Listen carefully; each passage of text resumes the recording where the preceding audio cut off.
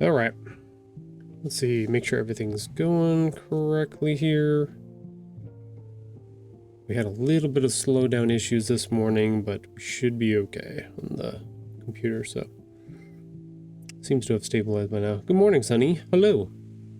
Thank you for putting your points towards our treat for Sora. She's currently relaxing outside, just doing her normal things. Being a good dog. Yeah. Hello and welcome again. Welcome to the stream, everybody. I'm Tahoe Anime. Still working on what I want to do for this opening.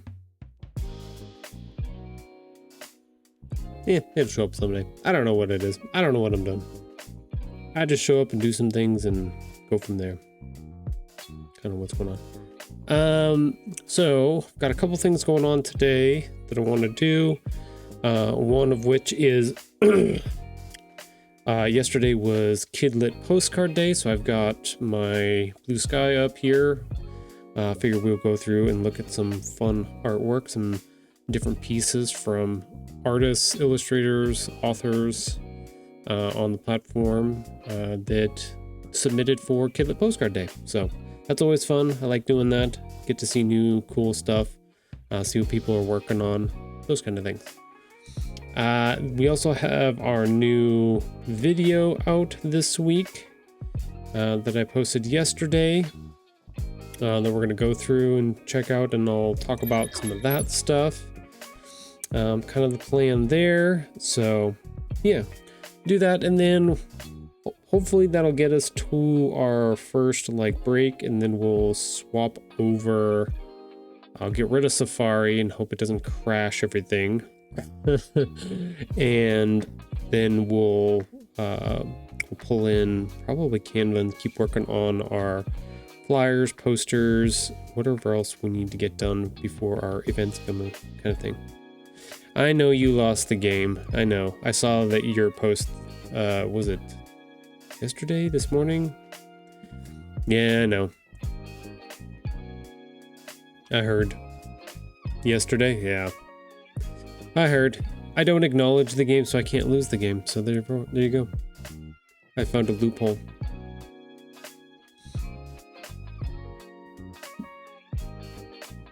That's my lie, and I'm sticking to it. Okay. I do need to go make an adjustment to one of my cameras real quick. Hold on.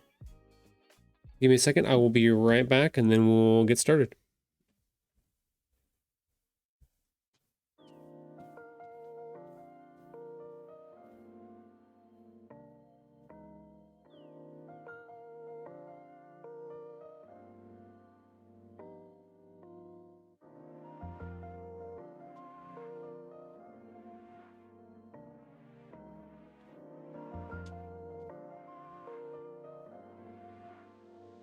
Okay, but you know the game, therefore you are a participant of the game.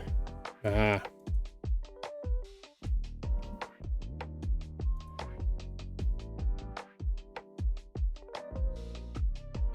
But you know of the game, therefore you are a participant of the game.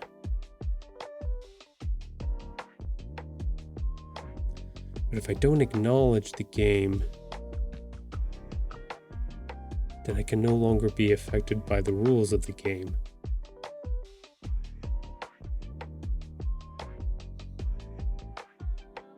No. There's some shenanigans that we can do to get out of it, but we're getting into mind games then. We're getting into philosophy and such, so. I saw Sora had flopped over out on the deck, so I wanted to move our camera around so we can get a lot of this belly action that's happening here. It doesn't happen often on our camera, so we gotta take the opportunities when we can here. So okay, if you don't acknowledge, it doesn't mean that you do acknowledge it. Wait, it doesn't. Don't acknowledge, it doesn't. It mean that you do acknowledge but choose to ignore.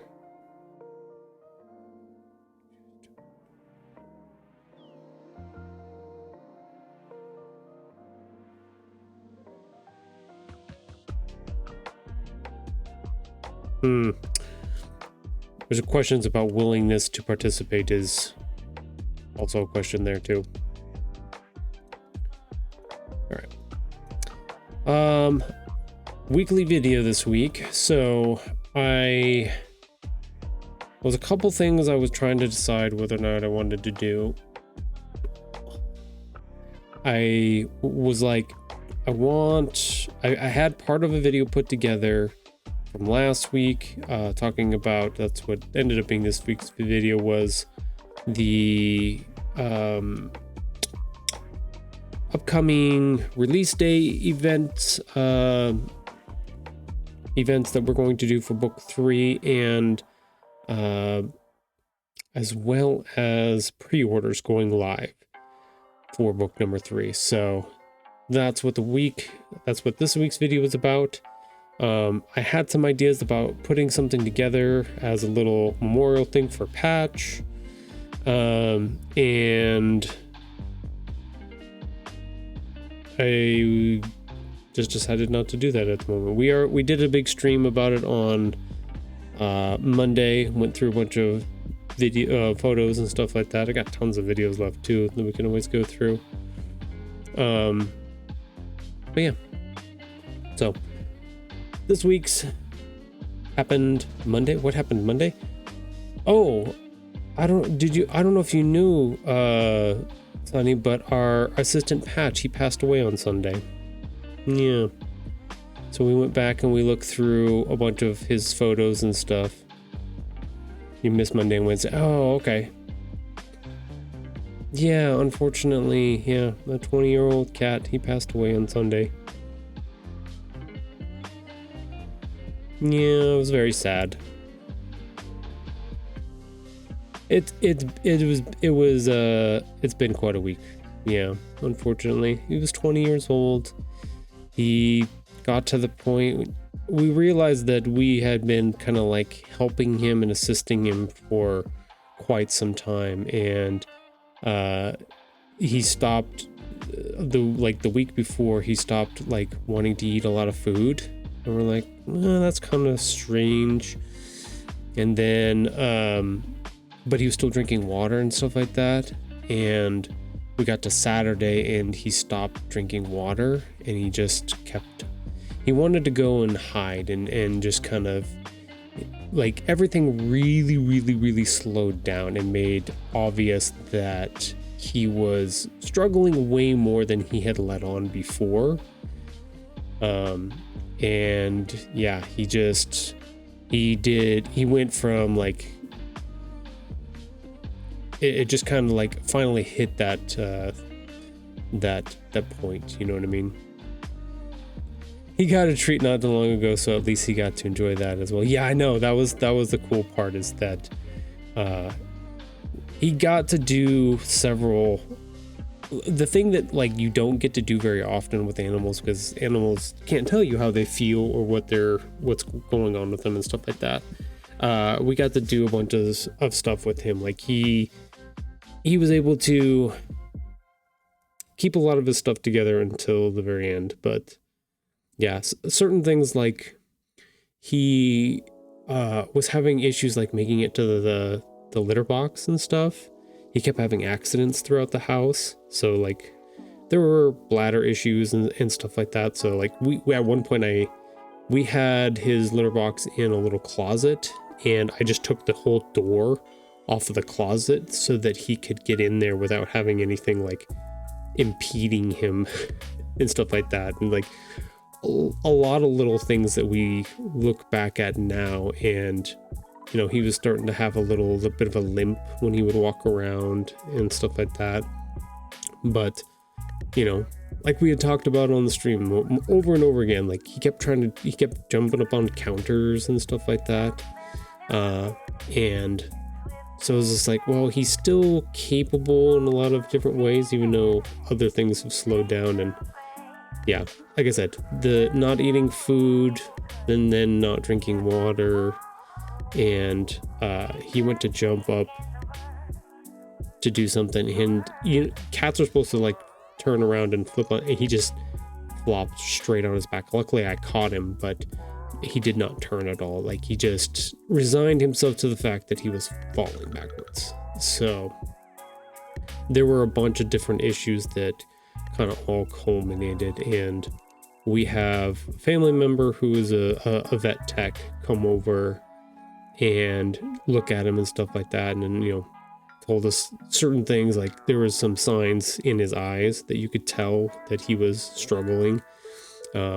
He was having labored breathing and stuff that we really hadn't noticed either. So yeah, he was time, and he went very peacefully too. So it was nice. It was sad. It was hard, but 20 years, like I can't fault him for that. Like as much as Dreamer and I were talking about it, we're like, as much as we would love them to exist forever, it's not the way it works. So we had our moments. We cried, you know.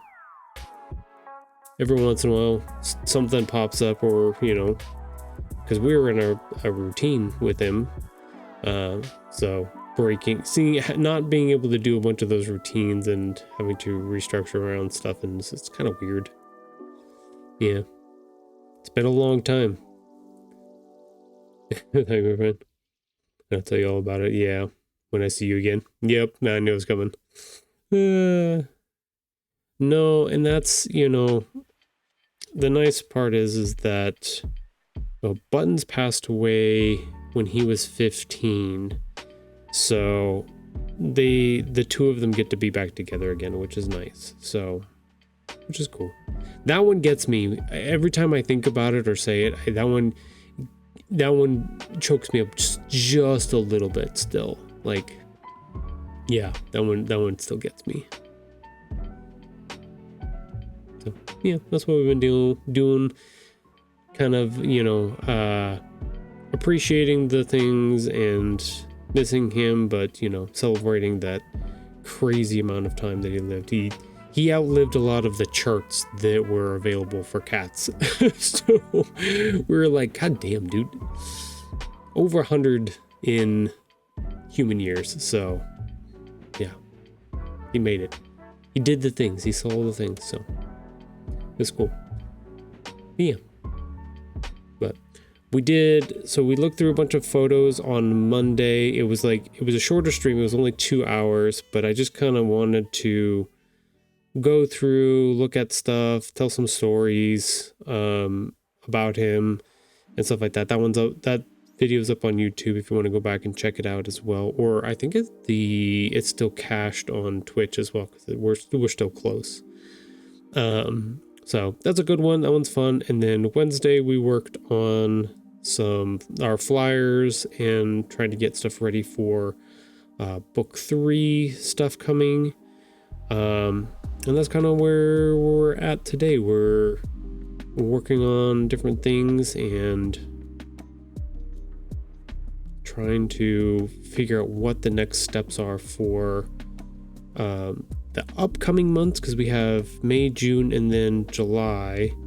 Like I said, we've got book events that are happening soon. We've got one in June, and maybe three in July that are coming up. Not to mention that my son is graduating from high school coming up here shortly, so got a bunch of things to do for that. Like I said, I've got a lot of busy stuff coming up here very, very fast, very soon. Didn't really think about that when I put this all together at the beginning of the year with the publishing, but we'll get it figured out. I missed it Monday. I was in a short one while I was at the doctor one Wednesday. I was at the eye doctor. No, you're good, Sonny. That's all good. It's okay. We all have things going on. We didn't expect Patch to his condition to change so drastically so fast. Like, we've talked about it on the stream over and over again. Like, that cat loves food. Like, he would literally try to put his paw in, like, if you had a bowl of something, he would try to grab it and pull it towards himself. Oh, like dry. Ugh. And for him not to want food and then to start refusing water was like, okay, something drastic was happening here. Sucked down a bunch of air. It's really dry in here now. Ugh. Can't see anything. Lol. What did you do? Are my eyes dilated? Were they checking you to see if you needed glasses?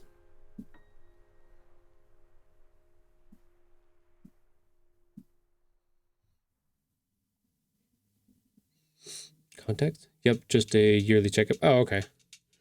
What are those? I've never been to one. I don't know what yearly checkups are. I have one that I go to right now. It's just my annual doctor visit. That's the only one I go to. I should go get my eyes checked. I should go get what's the other one? Oh, my ears. My ears definitely need a checkup because I've got one that's fucked all the hell, but I just haven't done it. It costs monies. But yeah. No, you're good. Do the things. Take care of yourselves. Don't ever feel like you've missed or anything, or that's life. It's okay. I see my doctor every 3-ish months since I am on Manjaro? Diabetic last year around April. Oh yeah! I do remember that. You did tell me that.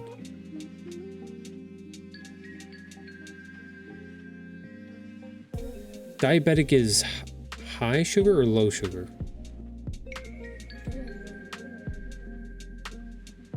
No, it wouldn't be low. What the fuck is it?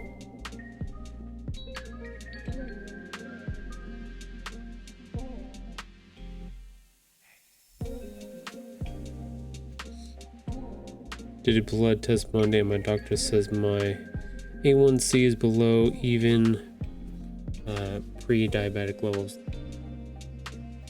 That's good though, right? A1C. I know little to nothing about most of this. Yep. Okay.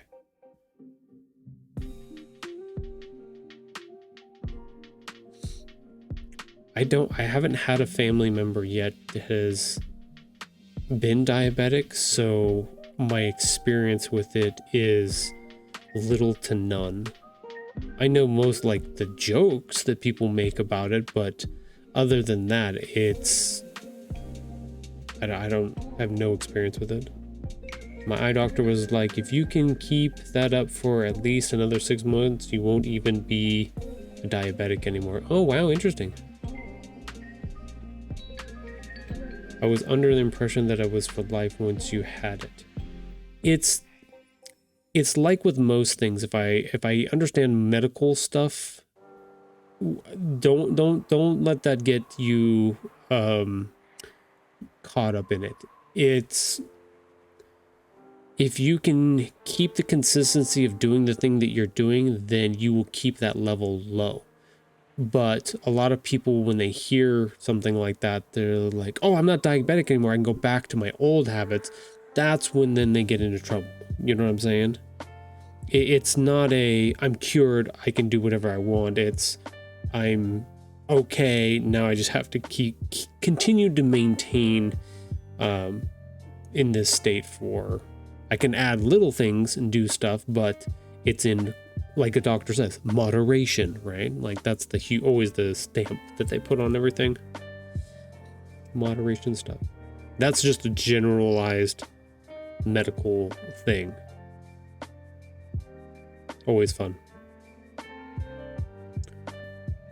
It's like people that go on diets, right? Like they do all this diet and really work, and then when they get to the end, they're like, oh, I'm at the weight that I wanted to be at and stuff like that. And then they go back to their old eating habits, and then they gain all the weight back.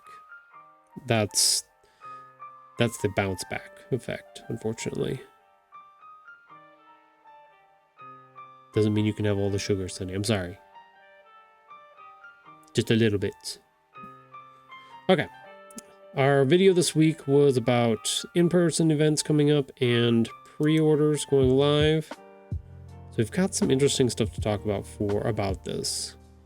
And I already talked about it a little bit on one of our other streams, but I'll go ahead and talk about it again. So we're getting ready to release book number 3 on July 22nd. And what my experience has been, I've had a lot of different experiences doing the book launches over the past 3 years. The first year, I didn't really do anything crazy because I was just trying to get into the repertoire of building the books, getting things together, starting to network and find stuff and figure things out. So like not too much. Learned a bunch about getting into the communities and participating in writers groups and stuff like that. So that was year 1. Year 2, we actually got to do our first book launch, and we got to go to our favorite little independent bookshop, This Old Nightshade, and set up there with a table, do some signings and stuff like that. But we ran into a little bit of an issue. So I was under the impression that when I set up pre-orders online and asked people to pre-order through like Barnes & Noble, Amazon, wherever else the book could be picked up at that time, that they would ship out the books on the day that it came out, or like the books would actually hit people's houses on the actual release day. And for some reason, not everybody had that same experience.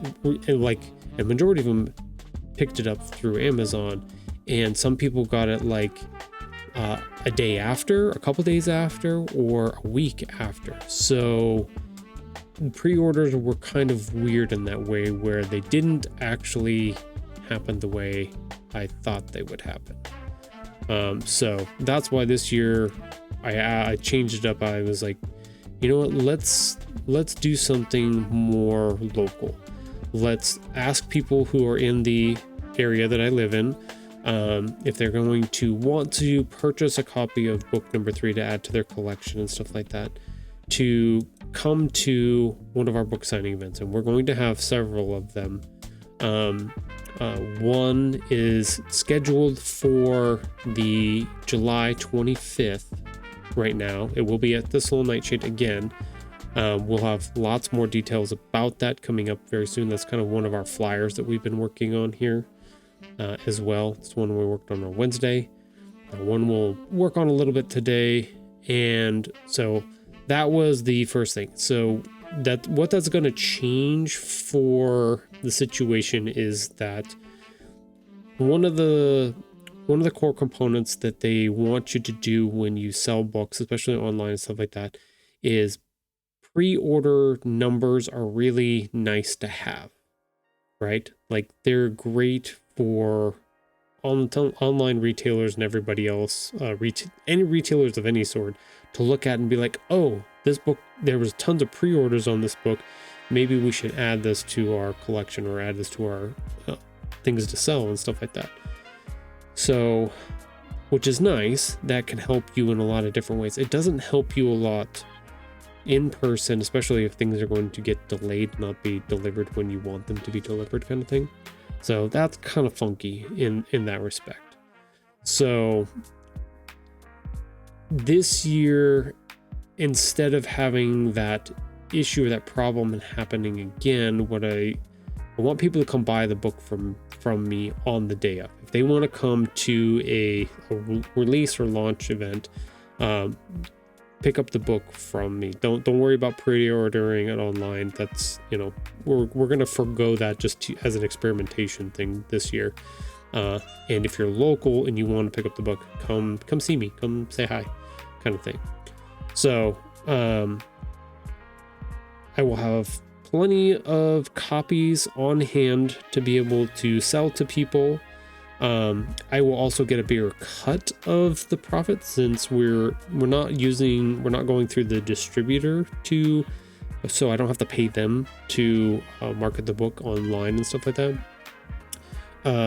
So I get a bigger cut of the actual sale of the book, and then we also get to support our local independent bookshops and book retailers who sell the book as well, because they will get a cut of it. So it's a win-win for a smaller group of people in that way, and I will take a little bit of a hit in the global presence of what that looks like. But it's a trade-off that I want to do, because I want to make sure that people have their books and get them signed the day that they want to get them. So that's what we're asking. That's what we're putting together for our events coming up here soon. So like I said, we'll have dates, times, and locations coming very, very soon. But that's the other kicker. Pre-orders are live right now. So people can actually go on and pre-order them online if they would like to. So we do suggest, if you have an independent bookshop in your town or locally, wherever you are, go in and check with them. If they have access to the Ingram Spark catalog, which most bookstores, libraries, and everybody else has access to, then they should be able to pre-order a copy of book number 3. That should be Is my dog hoofing at me? I think she's hoofing at me. Hold on. Is she sitting at the door just hoofing? She really wants to come inside? Wow. Okay, hold on. We'll keep going with the story in a second. Give me a second. What, Sora? Why do you want to come inside?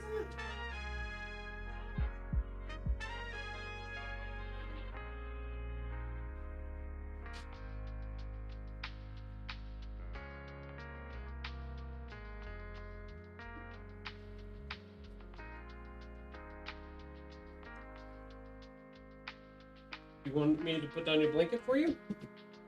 Hold on. Oh, there you go. You can go up there. You can go where you want to go. Okay, she made it back inside. It's not often she wants to come back in.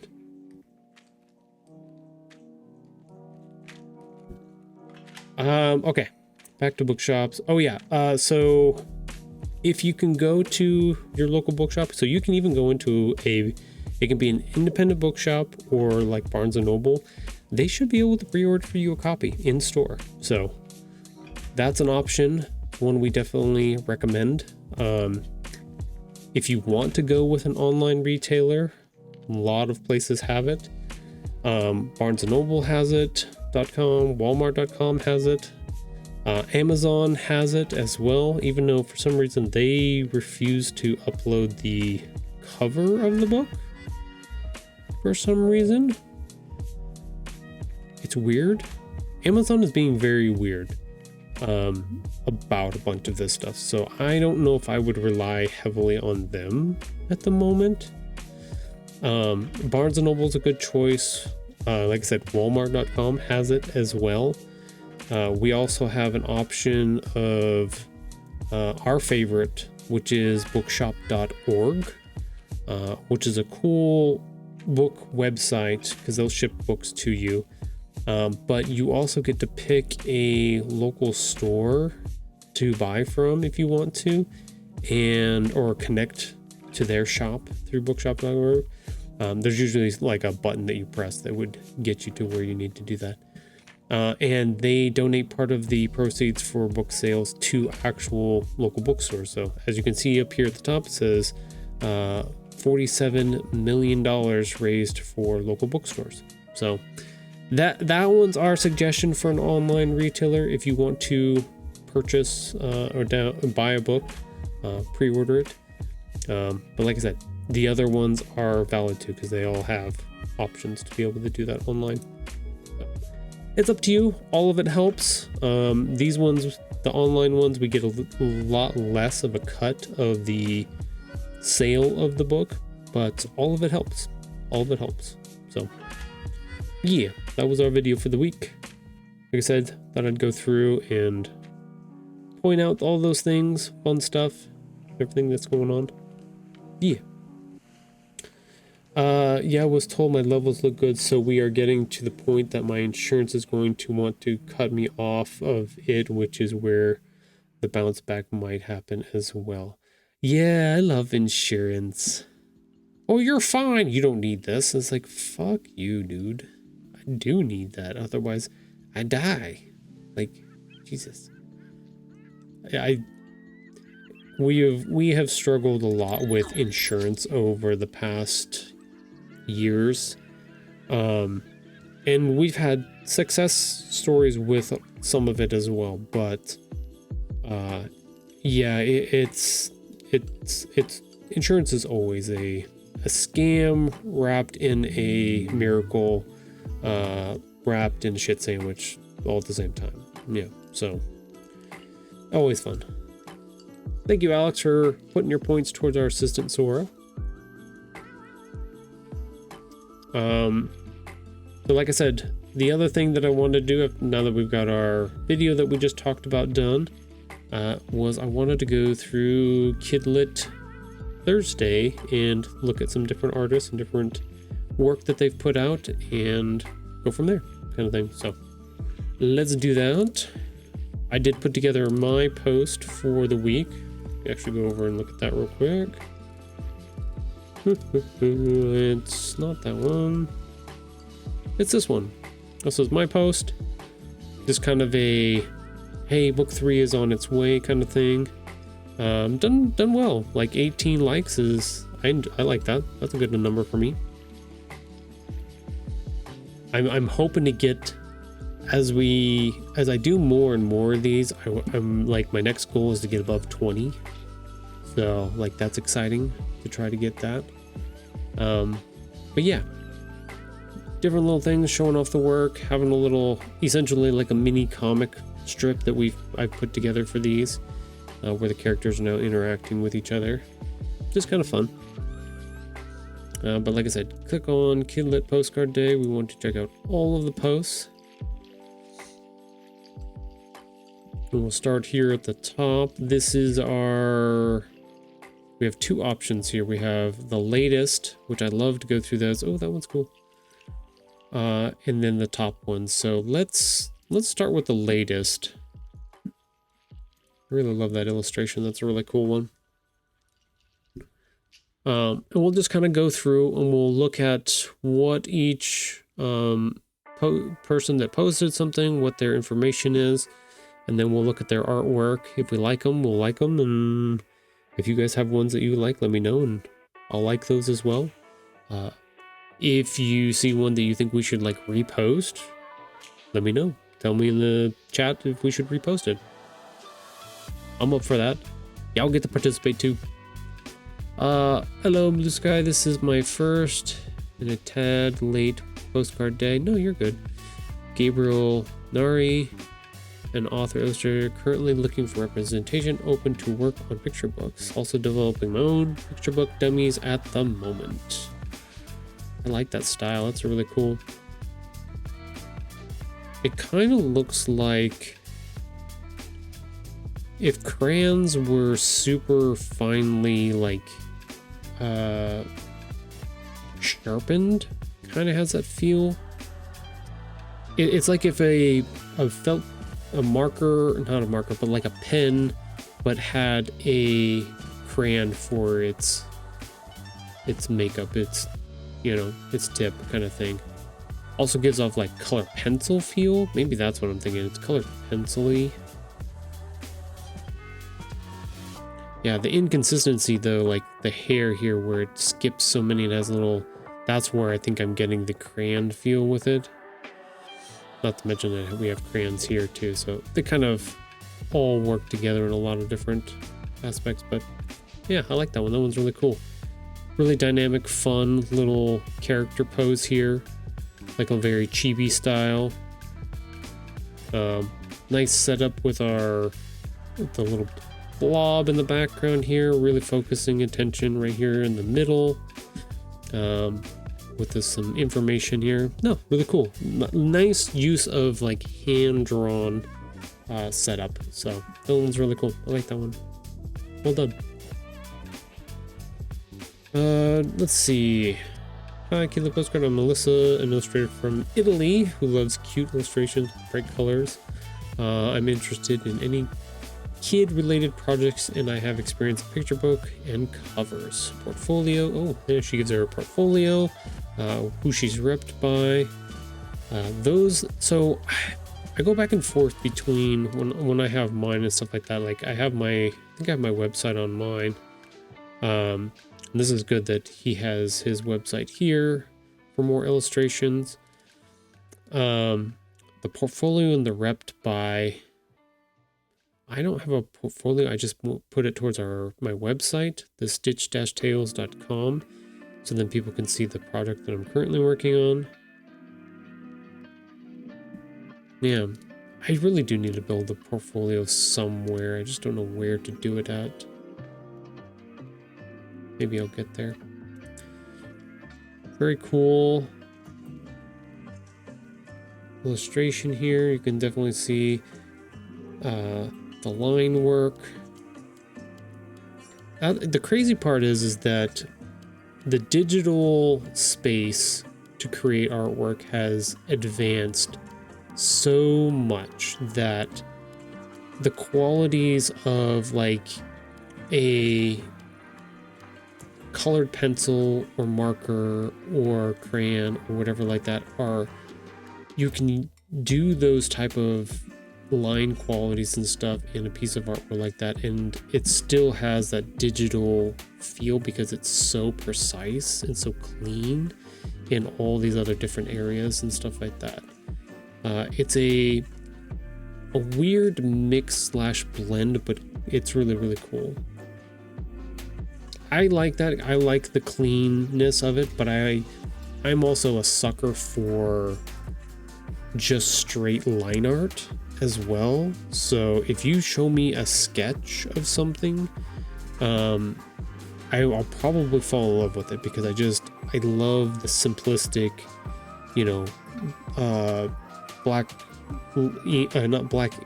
ink or pencil lead on white paper, that stark, you know, I just like that for myself in that way. But no, I like a lot of this. The shapes and stuff like that of everything are really, really cool.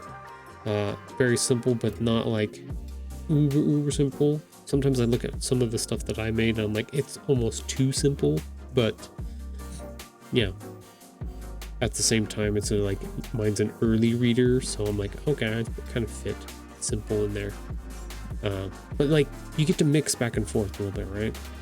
So you can definitely tell like these characters, as bats, the birds and stuff like that, they were drawn bigger and then shrunk down and then put into the space here, because the line work is just so tiny and thin that that would be hard to maybe do. You might be able to do it this tiny here. Like, that's the other beautiful thing about digital, is that you can zoom in and draw on, you know, draw really big, but it'd be something really, really tiny. So can't do that with traditional. Not a thing. Yeah, I like that one. That one's a cool one. We're gonna like that one.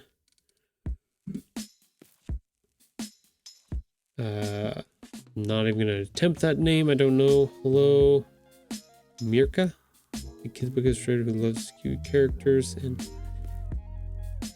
I'm repped by at KT Literary and am open to work. Lots of hashtags and stuff there. Cool little simple drawing. I do have to say, like, I recognize the style of a lot of these are not necessarily the same, but it's that hand-drawn quality but done on a digital medium kind of thing. Because, like, we're getting the same idea, like, we're getting brush strokes, whether it be Conte or, you know, what's the other one I was thinking of? The pastels.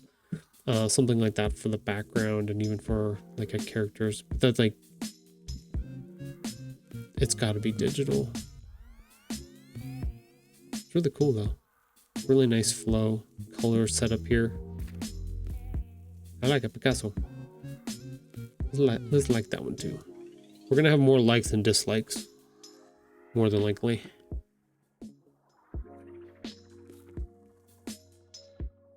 Teamwork makes the dream work. Okay, that's a day late for Kidlit Postcard Day, but always ready to do the work. Her author, illustrator, teamed up with Jen. I don't know. I'm not a reader, so I'm not even gonna. At Mason Street Literary and ready to take the children's book world by storm. Cool. Yeah, like I said, similar quality, simple line work. Using those pastels and stuff like that for colors in the color space. That looks handwritten too. Interesting. Not bad. Not bad. I think would from my personal taste, want a little bit more out of that, so I don't necessarily think we're gonna like that one. Very basic on this one. It has a link to Amazon to, looks like their book that they're working on. Nothing about representation or anything else like that. Not bad. Not great. Happy Kidlit Postcard Day. Children's book illustrator based in Israel, open for picture books, middle grade, and young adult projects. Yeah, you can definitely tell this was drawn and then, or each character was probably drawn and then superimposed on top of each other. There's some, definitely some pixelization here, so I would definitely say the resolution needs to be upped for this one. Just to get some of this to be nice and crisp. You can tell the difference between, like, some of the other ones that we looked at, how crisp and clean the exports and the resolution is on these. That's a big thing. Like, people look at that, like, even without bringing this listing up here, you can tell how blurry it is, and people see that and they feel that, and they understand, you know, that this may not be as high quality as you want. So you want to make sure that the stuff that you're putting out there is, I guess, in a good quality. It's hard to say. Like, you can give advice, but advice doesn't mean jack and shit in all reality, because your vision as the author, illustrator, whatever it is, comes above everything else. Now, as far as past that, you start getting into, like, marketing questions, like, is this marketable in the state that it's in? And that's a different question than the artistic expression of it. So I think sometimes people get mixed up with those two things and they say, oh, this looks crappy. It's just like, no, the book probably is okay or whatever like that, or I don't know, I'm not gonna go look, but because it's kind of marketed in this state, you automatically have a feeling about it already. So kind of hard that way. Let me check something real quick. Okay. I thought I had our stream set up for the wrong episode number, but I'm correct. Same thing with this one. Like, it looks decent enough. There might be some oversaturation going on here. It feels like some of it is a little overdone, a little, what do I'd say juiced, where the colors are a little too vibrant for some of it, and there seems to be inconsistency with some of it. You also have to think about, with a composition like this, the depth of field, right? So if our main character is here, or whoever this character is, our focus wants to be here, but because everything else is in the same kind of quality, color, space, this all blends together. Like, your eyeballs don't distinguish between all of this because it's just busy bee flying around between all of it. It's we have to do something to her to make her be the focus, if that's the focus. If not, then she needs to do, there's other things that need to be done with her to make everybody or all of the elements work a little bit better together. That's just a structural thing more than anything else. But like, if you have all of this work and all of this stuff set up, like, you have the basis to be able to get there. Just a little tweaking is all it does. Like I said, and it always comes down to your preference. If this is your art style and your setup and you're good with that, then you're good with that. Everybody's always going to give you their 2 cents. Like, I'm giving my 2 cents, but that's just for talking's sake more than anything. But here's like this looks like a middle grade and young adult audiences. You shouldn't be surprised that I would love to do covers and comics for upper middle grade. Okay, so upper middle grade and young adult audiences. Repped by and portfolio. Veronica Jones there. Cool stuff. Let's look at that one. Nice. Ooh, I like the little tats on the fingers there, the little stars. That's cool. I like the purple. I like how the colors associate. So she has green hair, so the clothes bag, the overall composition for her is all in that green shade or vein, which is kind of cool. And then same thing with this girl in the back. She's got this purple setup as well. So really cool, interesting background where these lines for these windows go way up. Looks like she's at an airport. Yep, got her bag here. Good use of symbolage to also hammer in the point that this is an airport, because like, we can make assumptions based off of the bag, the 2 bags that she's carrying here, but there's not much else that's giving us that information. These could just be giant windows, so that little component, those 2 little symbols there, definitely killer. Definitely super helpful to reiterate what we're looking at here. Obviously something going on with these 2. All things that like people look at and read about the images, that when you're working on your own stuff, is thinking about that. Oh, that was a loud bird. Think about those elements. Think about those little pieces. What is there something that you can add that is of a graphic nature, of some type of symbology that will help work with what you're trying to illustrate in this case. So nice use of that. I'm a sucker, like I said, for simple graphics and stuff like that. I love logos, simple basic logos. I love iconography. Iconography is huge as well. So having those little simple things like that are very nice. Cool stuff. Let's see. Sorry for the, well, I missed some Kidlip repost, but I don't have new art to share for this month event. Still open for work. Cool. Cool. I like this one. This one is okay.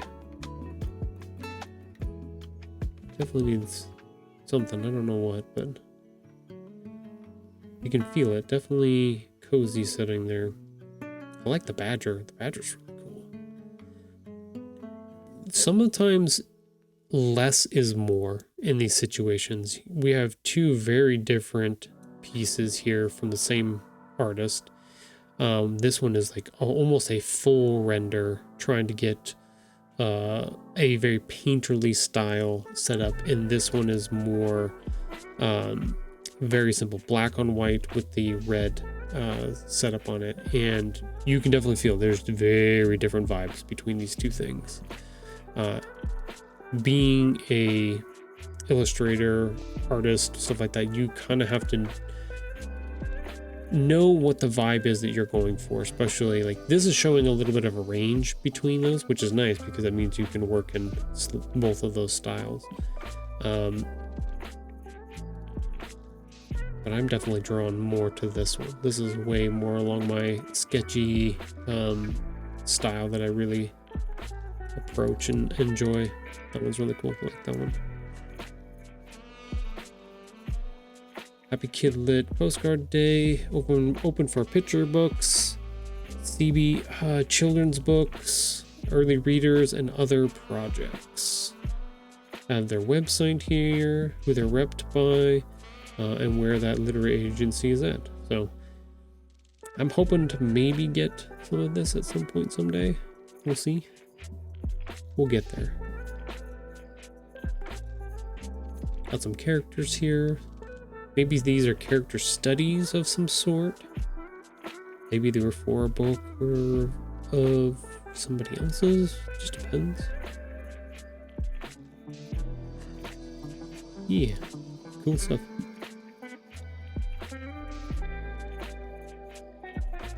Okay, we can do a few more here before our first break.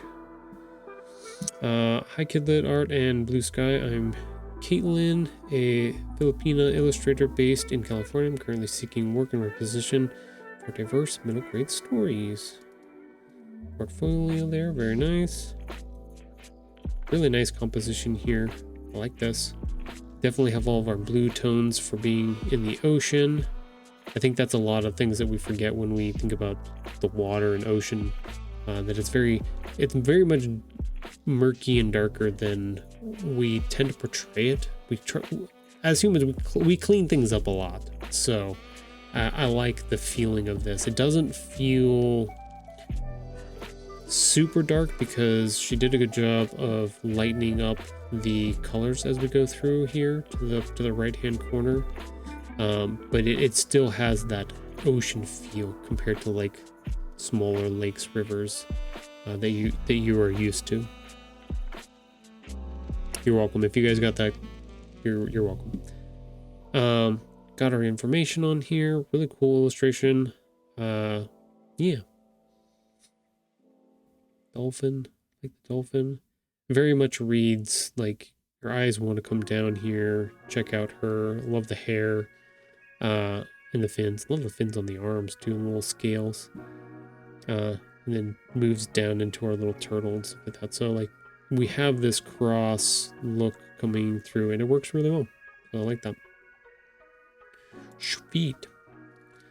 All right, so about 30 seconds out. So let's check on our assistant cam at the moment. I'll have to move the other one again so we can get some videos of her, but yeah, we'll pause right here. We'll probably talk about a few more, and we'll go check out the top hit ones afterwards when we come back, and then we'll get to work on some stuff this after that. So stick around. We'll be right back.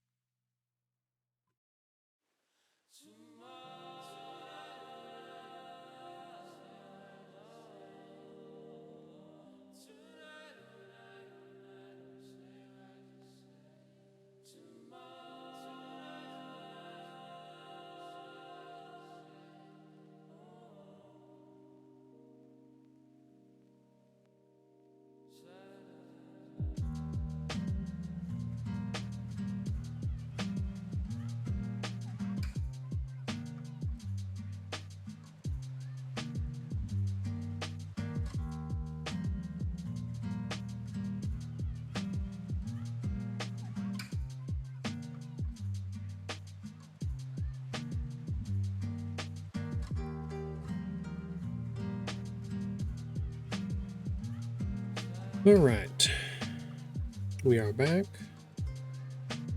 Welcome back, everybody. I was gonna say, I thought she was gonna get up and leave.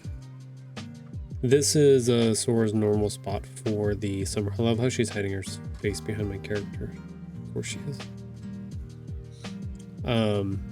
This is her normal spot for the summer. It's nice and cool right there, and she can still look and see out the back door because we have that glass on the door. But yeah, nice and cool spot. She just hangs out there. She gets mad when people come in through that door and try to hit her with the door. She usually flips out and runs out of there, but she also knows that that door opens and continues to lay there, so she knows. She knows. She knows the things. Okay, so make sure everything's back and working. Yeah, okay.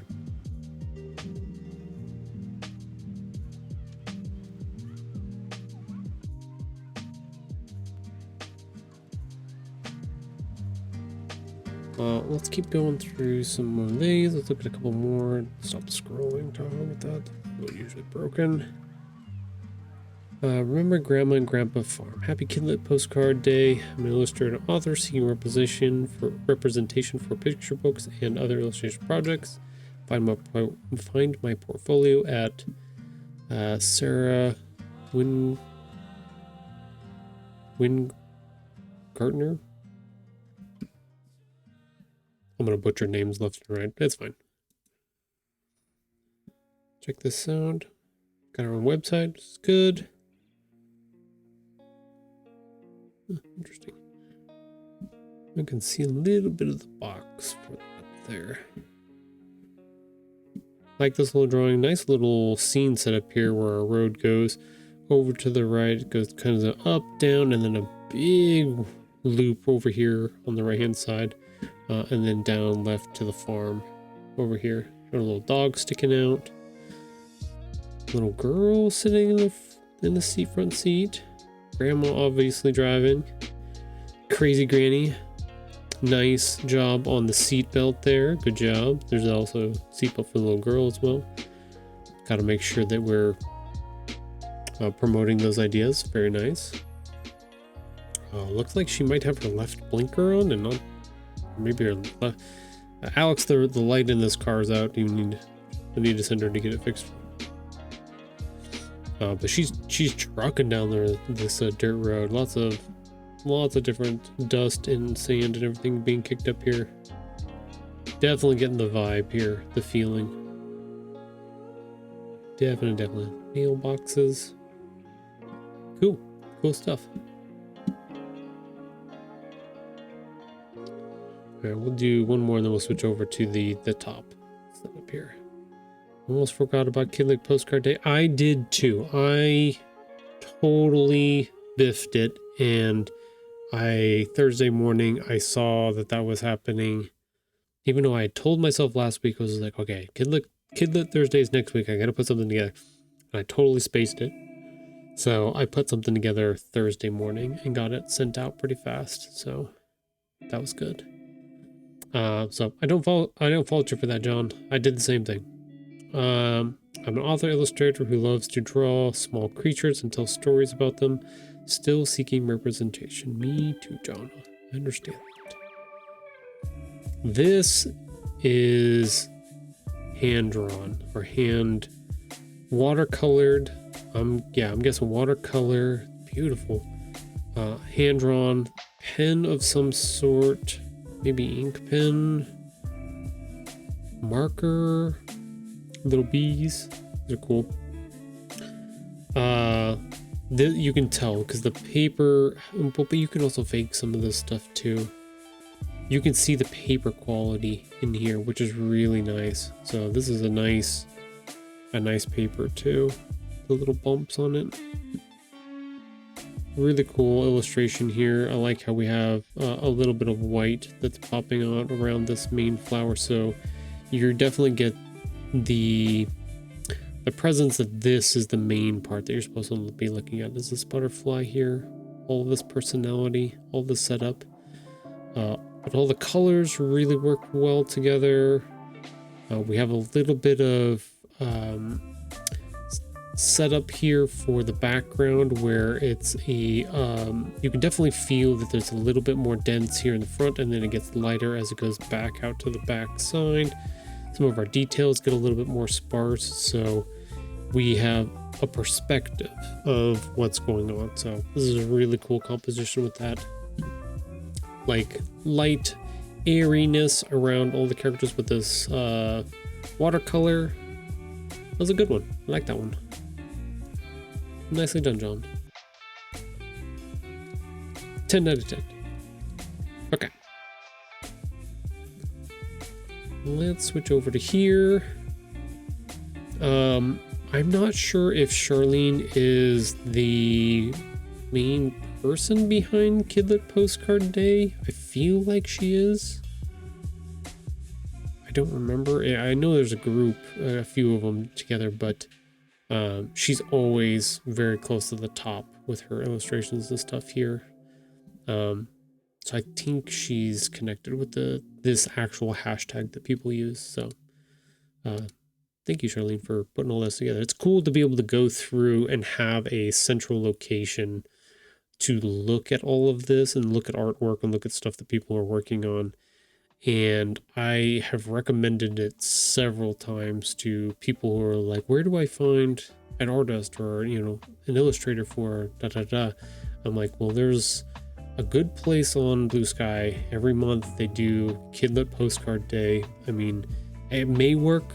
You may be able to find somebody there, but like that's essentially we're creating a huge listing of artists that people can look through. And if they're like available for books plus other kids related projects, you might be able to snag them and get them to work on your project, which is really cool. So this, like I said, this is always a resource that I recommend to people just in case they want to, or if they're looking for an illustrator. Just something out there.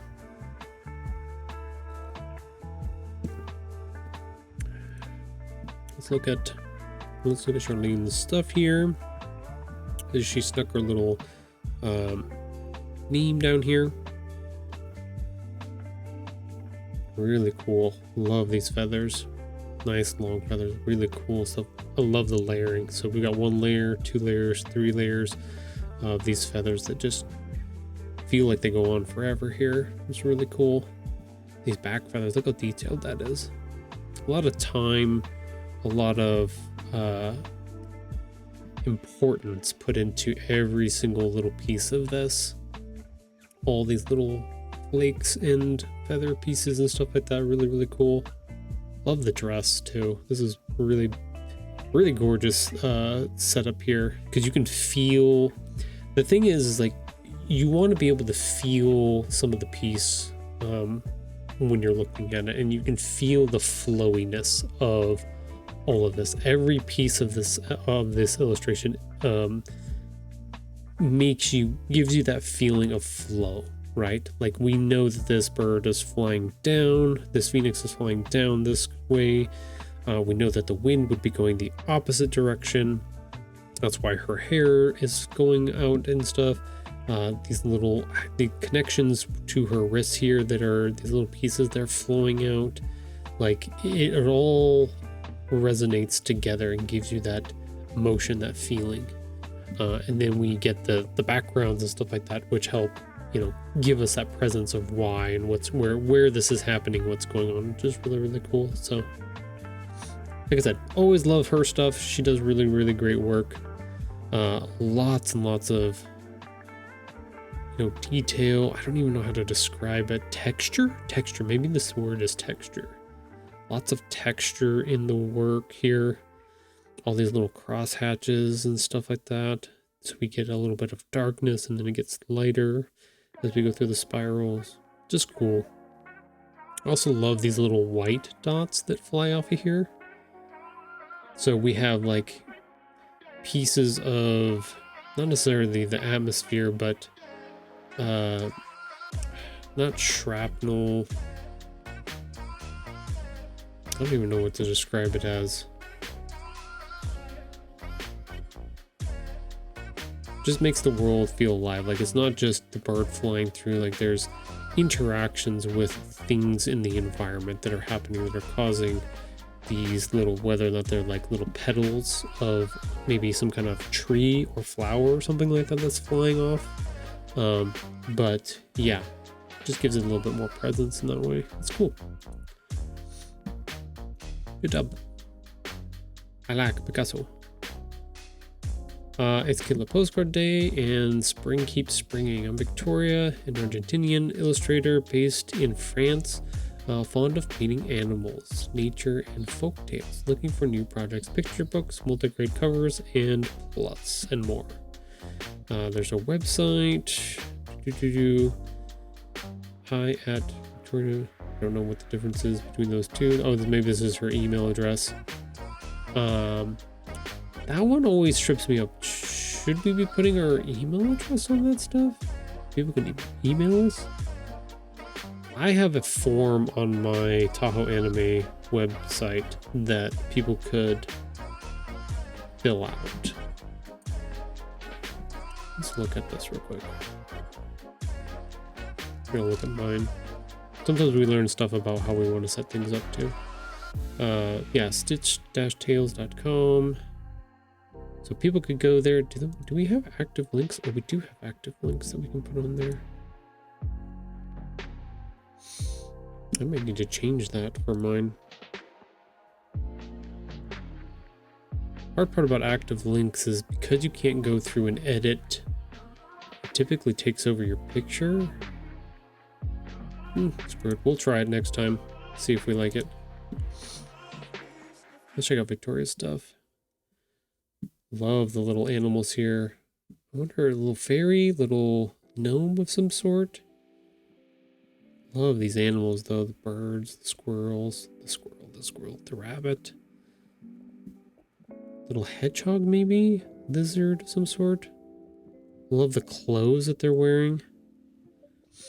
It gives me the Teddy Bear Picnic vibes. If anybody's read that book when they were a little kid, this has that feel to it, but it has much more quality to it, where the world feels more fleshed out. Teddy Bear Picnic has... I'm trying to think. It's been a while again since we read it for the kids. I don't know, this seems like it has way more details and stuff like that. It's really, really cool. I love all of the little pieces. Little headband on the bird. The bees are carrying stuff. Like, these bees are rendered so well. This is really well done. Like, this should be in a nature, a book about nature or something like that. I think that's part of the quality thing, is these look... They're anthropomorphic in certain ways, but they look real-ish. They're just rendered really, really well. I like it. Environment is really good. Throwing out some seeds here. Good vibes. Good vibes all around. Some type of celebration or something going on. Festival. Oh, it's really cool. I like it. I really like that one. Gustavo. We've looked at Gustavo's stuff before. Always in one of the top ones. I don't know if Victoria's been in there. I know Charlene and Gustavo are always in the top of these. Stupid mouse. Kidlit Postcard Day. Always has really fun stuff. Just silly fun drawings and stuff like that. I think the last one we looked at had a dragon in it, and the dragon was just so amazing and so cool. I love this little like trees and stuff like that. They're not like perfectly rendered, you know, triangular trees. They're just kind of all misshapen kind of stuff. Gives it that realistic feel, but they're not like super... this also gives me vibes of... what's his name? The painter? God damn it, how do I not remember his name right now? Bob Ross. It gives me Bob Ross vibes in some of that. Same thing with the mountains. It was really, really cool. But you can definitely tell, like, Gustavo must live somewhere in nature, forest area of something, because most of his renders are very similar, with some type of water or mountains or trees around him. So big influence obviously here. It's really cool. That bear is definitely heavy though. You can see it's lifting up the boat on the front of off of the water here. That's funny. Maybe ate his fish off of his fishing line. That's a good one. This is a good one. It's Kidlit Postcard Day. I'm an author illustrator who loves texture and color and quirky stories with heart. Portfolio, agent, that kind of stuff. Jacob, author plus illustrator. You don't always get a lot of these together. There was a conversation that I saw on the other social media, one of the other social medias that I was reading about, talking about that a lot of like school visits are done by authors and very little are done by illustrators. And I don't think it's because of lack of wanting or illustrators wanting to go do them. I think there's a idea that the authorship is the main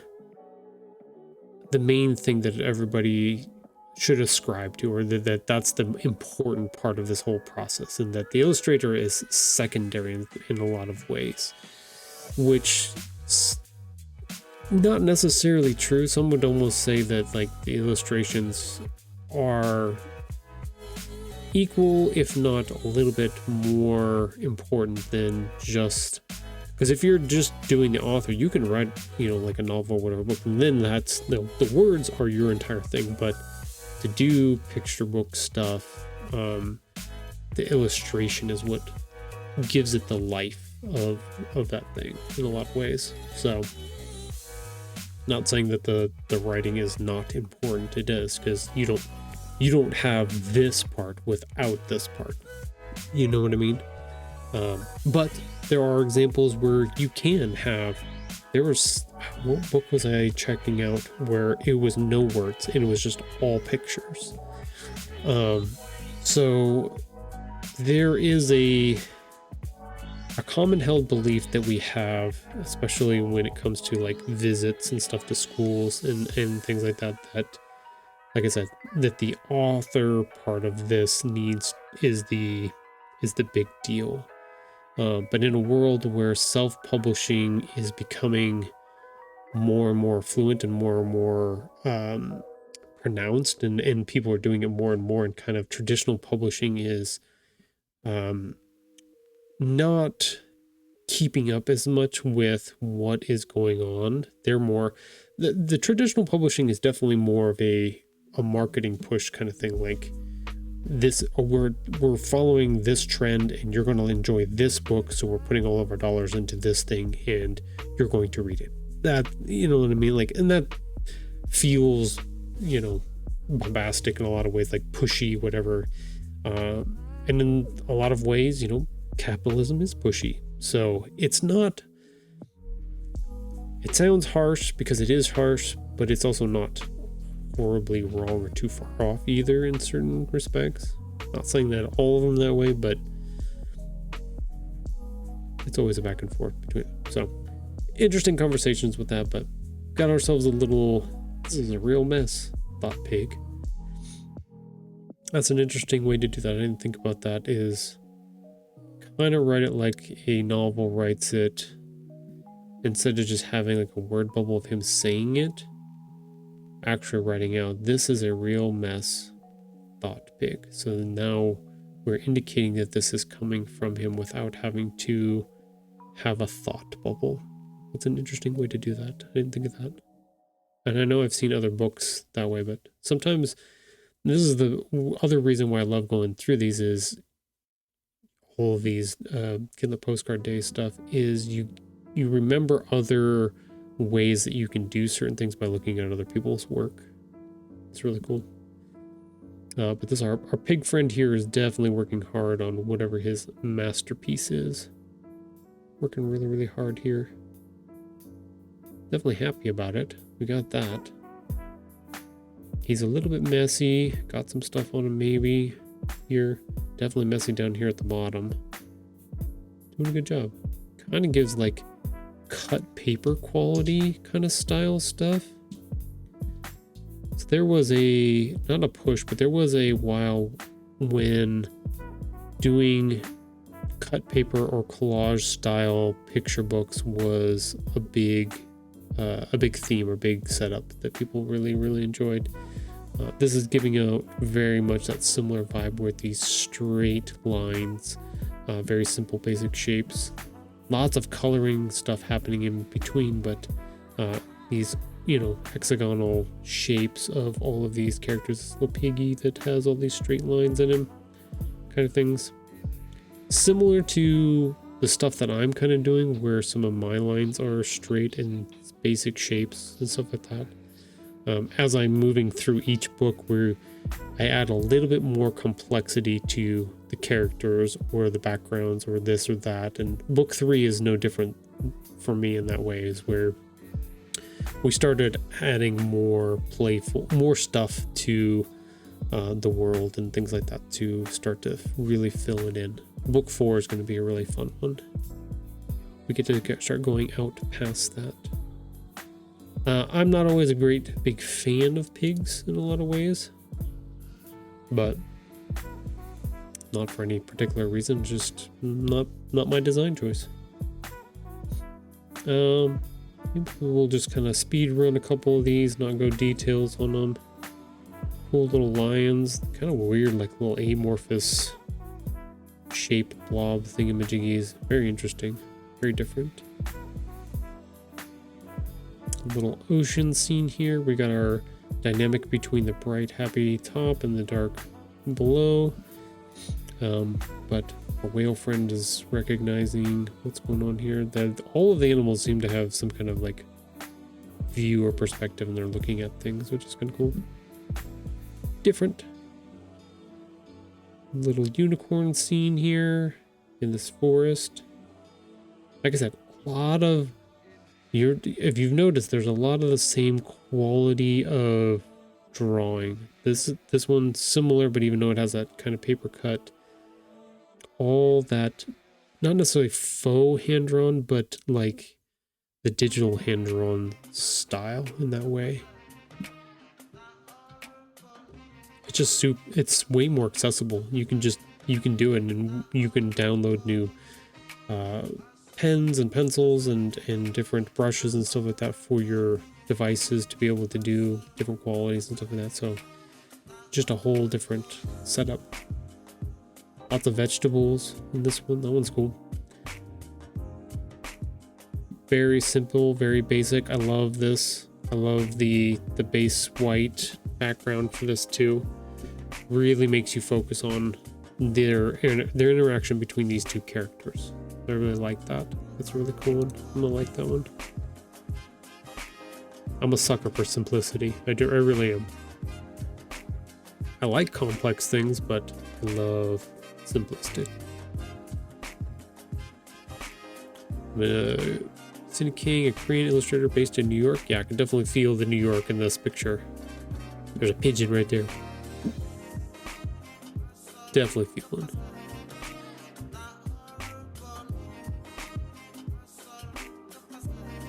Oh, it's a snake. Oh, interesting. That's cool.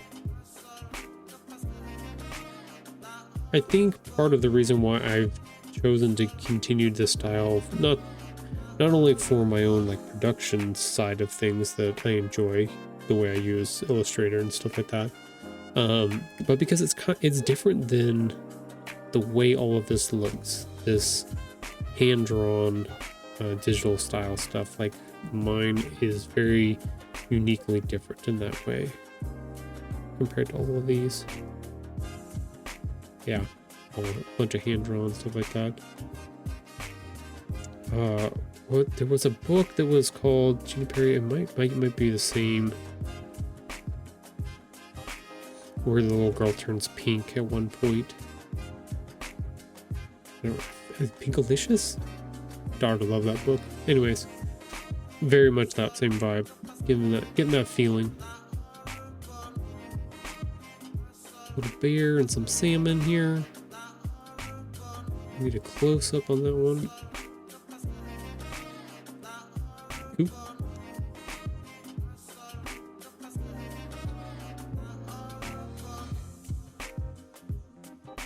This is a piece of personal art commemorating my grandma who loved making quilts. This is how I feel every time I wrap up in one of them. Oh, that's really cool. I like that one. That one has a nice sentimental feeling to it. I'm noticing that a lot of artwork and stuff, if it has some kind of personal connection, that not only am I drawn to it, but I feel like more people are drawn to stuff like that. And I'm trying to figure out ways to integrate some of that into my stuff that I'm working on, especially even here on stream. Yeah, just trying to figure it out. I talked about it on Wednesday. Did I talk about? Yeah, I talked about it on Wednesday. But I sat and I drew a mini comic for myself while I was at the dealership, just hanging out, that I haven't shown anybody yet. That was kind of just a me feeling feelings and emotions, but it was something that I needed to put down and get out of my head because I was having dreams about it and stuff like that. But it's more along that personal line, so it's one of those ones that I have to decide whether or not I want to share that part or not. Figure it out. But yeah, I really like that. That's a really cool setup for that one. Very personal. I think I like that one. I did like that one. The little lemurs. I like that one too. I don't know why. I just like that one. Sometimes I just like stuff because I like stuff. I just do. I like that one too. I love the way these little trees. Sometimes it's just the ambiance and the feel of whatever's going on or wherever these characters are. Sometimes that just hits just right. Little flying ducks. That's cute. Could be picture quality. Hey, I know that little robot. That's from a Miyazaki film. I think this is from Characters. Michelle is fond of painting nature whimsical stories. Yeah, I know these characters. I know them. Oh, that kind of looks like a stamp. That's kind of cool. A flamingo. Ooh, that one's kind of cool. I like that one.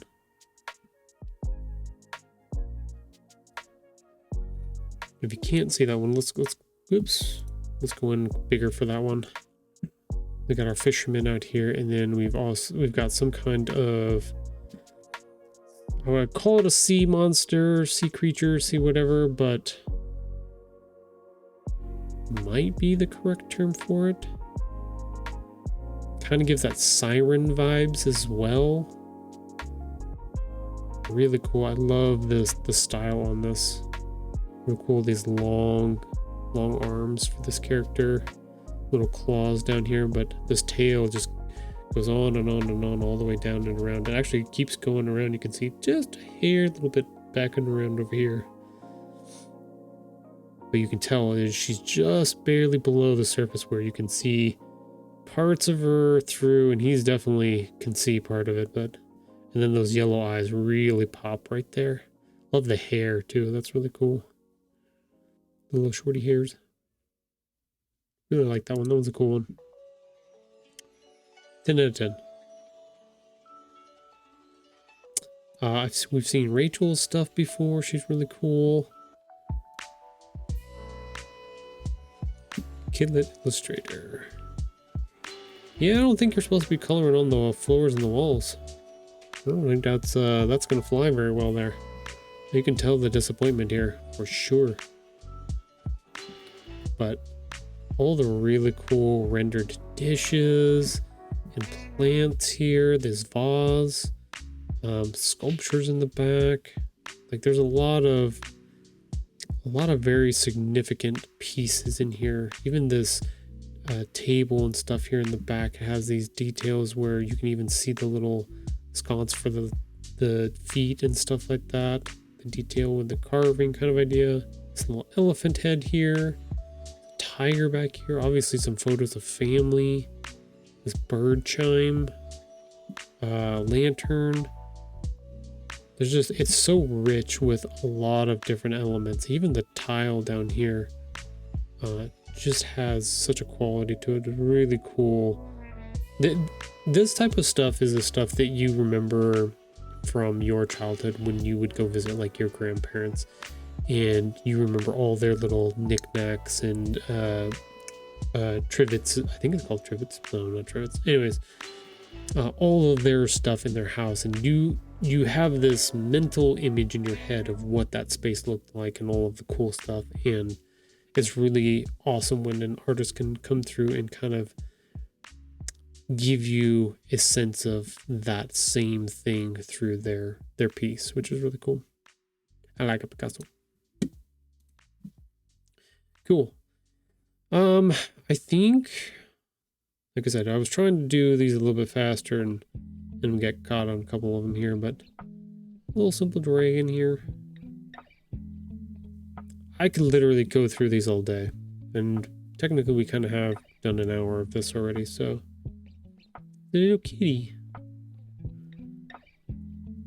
Capybara. Capybara, capybara, capybara.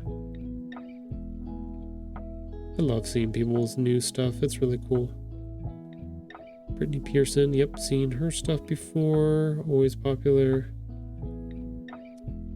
Another like sea monster creature. Mermaidish. Oop, that frog is gonna have a bad day. Brian Kirby, that sounds familiar. Yeah, it's all very similar. Oh, I love the perspective on that one. That one's really cool.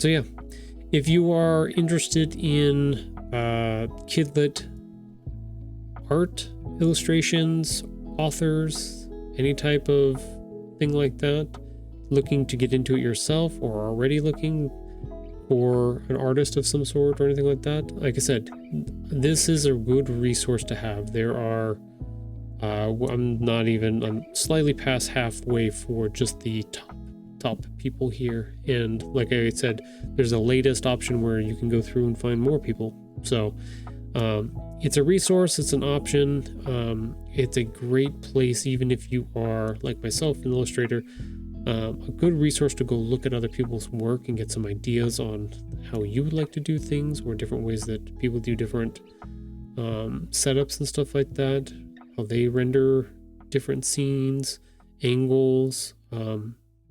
Take all of everything that you can, put it in your brain box is essentially what I'm saying.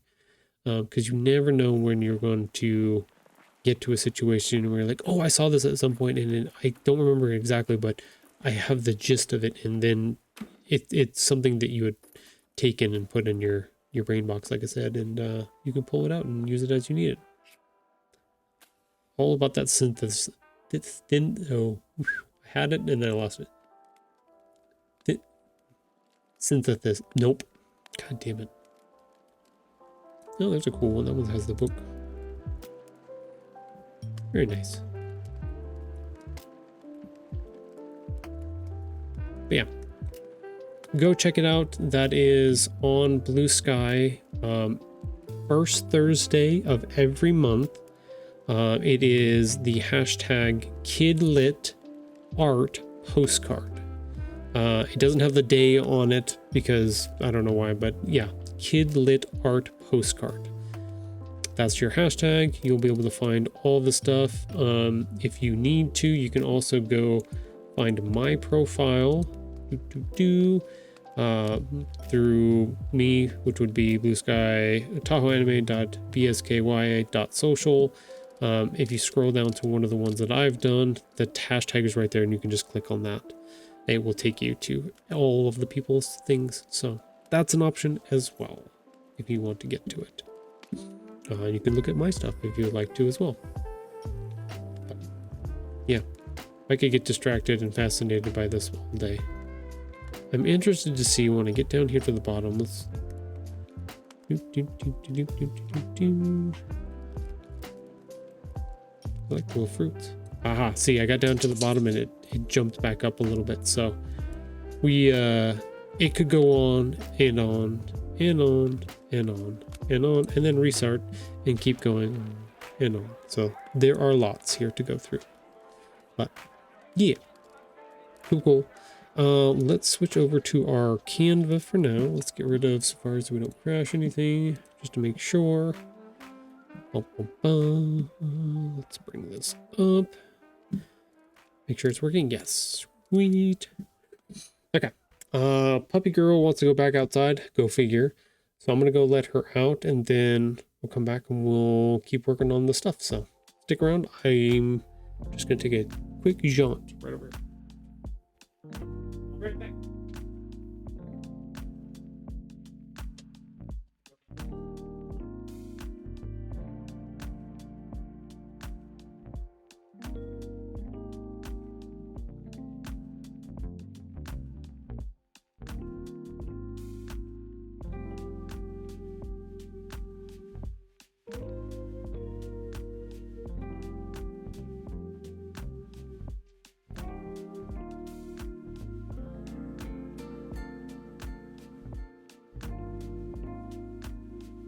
Okay, I have returned.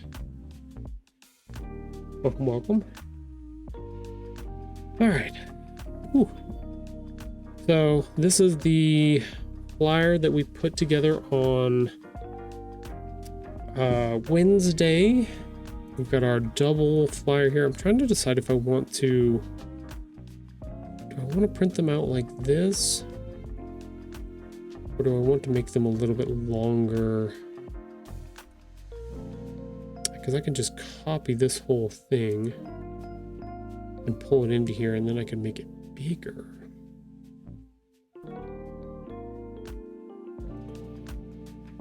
Try it out and let's see what happens. Copy. Paste. Did not bring the background though.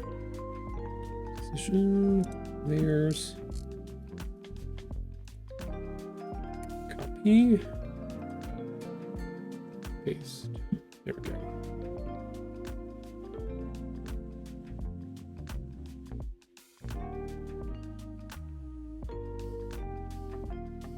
Let's scale this so it matches.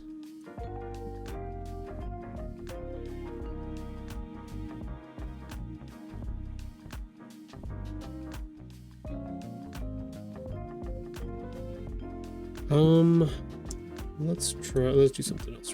Whoa, whoa, whoa, whoa, whoa, whoa. Let's do a browser. Let's go ahead and crop this.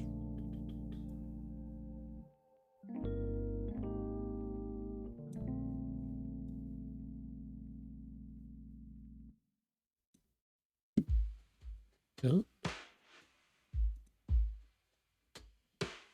Okay, cool. That should do it. Position.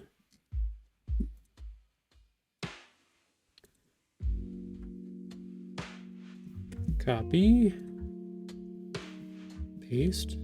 That should work now.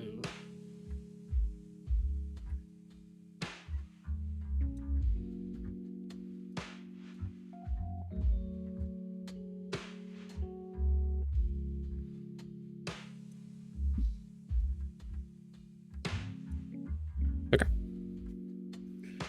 That should work. Let's go ahead and group all of that together. Get rid of this. Vision.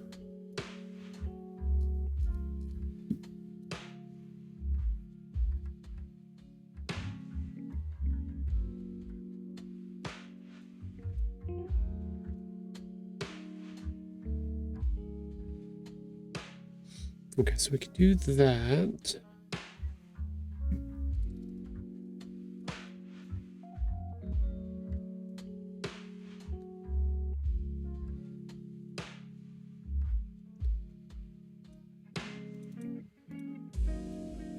Let's see. Hosted by Thistle Nightshade. Okay. Move that up there. I think I want to add Dreamer was talking about maybe putting stuff on the back instead of doing what I'm gonna do, which was to put the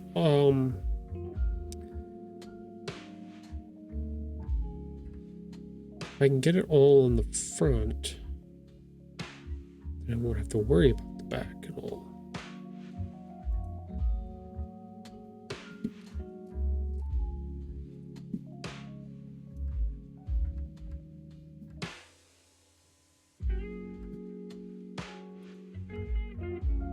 So I need to pull, where's my phone? I'm gonna need to pull the address.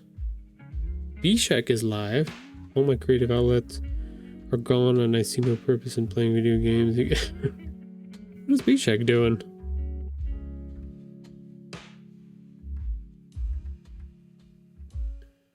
Following. Cryo Crew Phil Marathon. Hey, Bshek's on.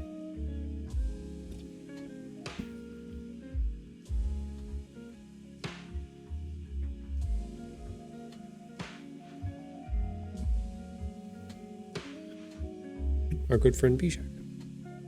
Okay. Oh, I was gonna look up. I got distracted by notifications, as things do happen. Thistle and nightshade. I spelled that way wrong.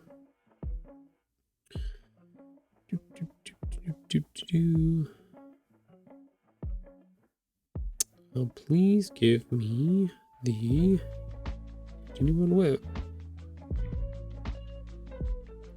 5.3. Is that correct? I'm gonna go to their website. Screw it. Website.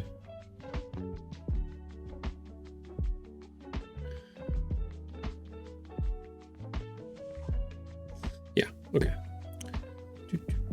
Let's duplicate that. Let's put that down here. Let's go 5365 May and E number A38 Reno, Nevada 952.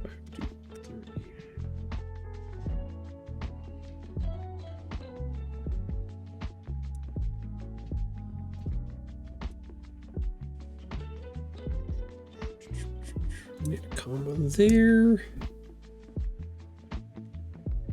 And that should be good.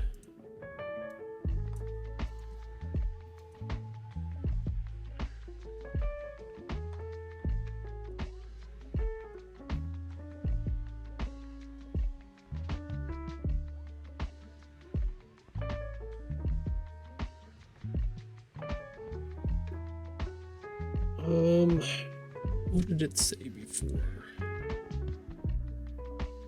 Located at located? Do I want located? Located at this one nightshade.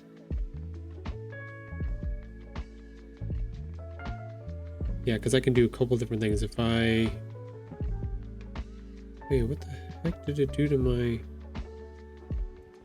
Jesus? That's funny.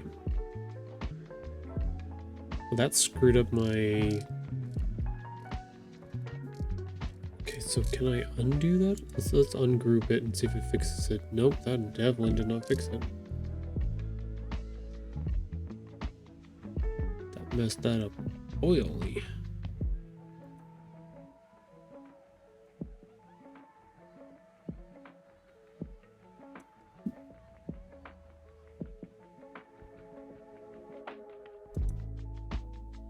Well, now I gotta figure out where the heck that was and what that looked like.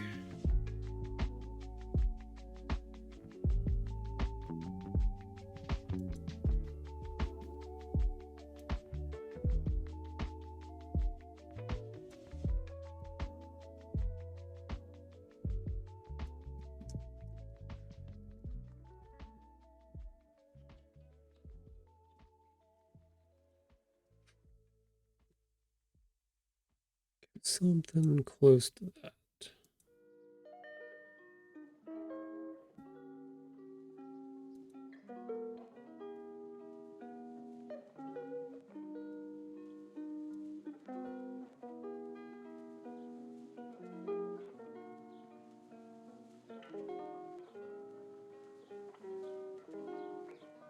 Okay, that's very close. Okay. Able to save it somehow. I don't know how, but it did.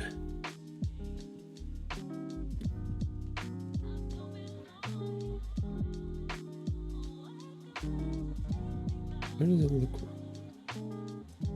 Oh, that's right. Weird optical illusion. Sometimes that happens.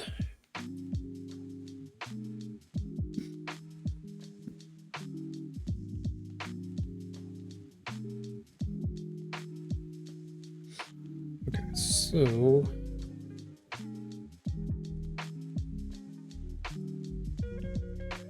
move that down. We could do this a little bit bigger then. Do which one's this one? Where's the July part? There it is.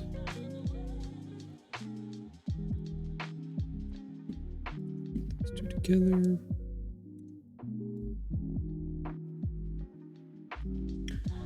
Nice and big.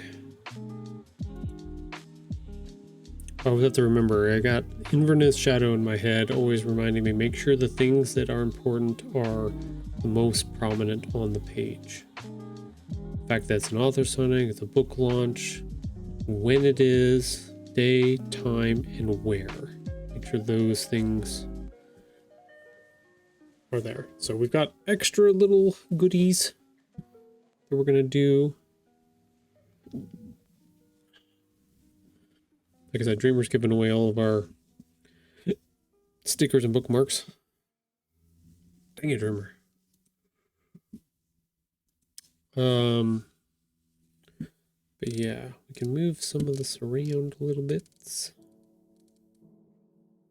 Let's find this. Let's put that together with the and. Let's put these two together. We need the author signing. This and this. Those at the top.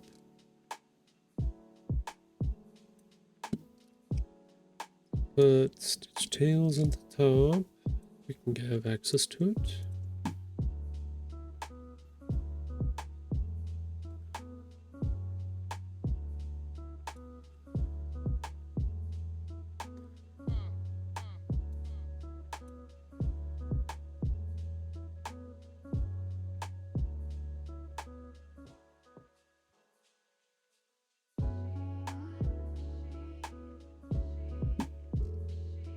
Okay, so that's working pretty good.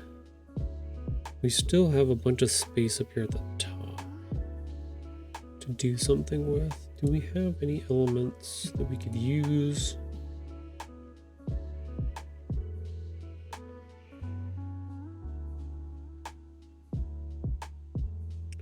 I could, you know what I could do? Silly idea, but it could just work. Could just barely work.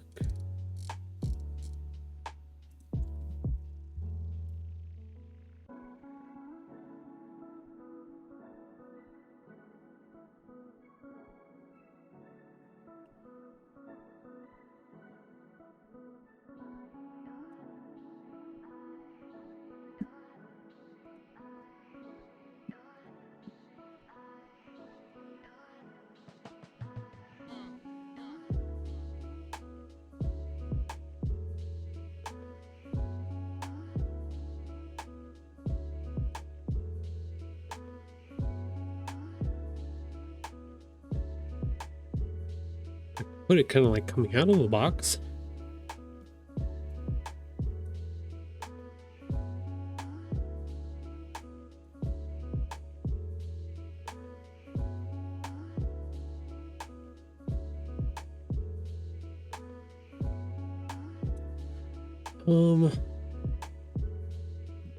That might work in conjunction with a... I did this in the wrong spot. Elements.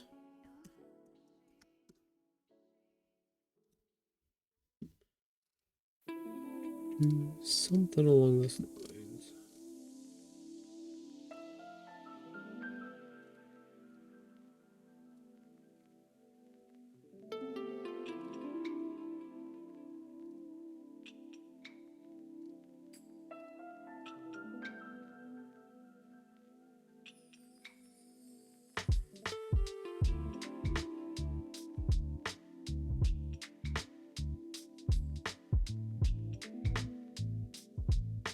I was thinking more like that.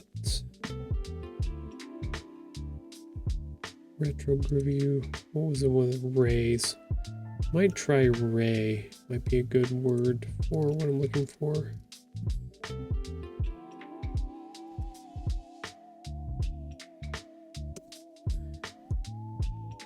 Yeah, something like this.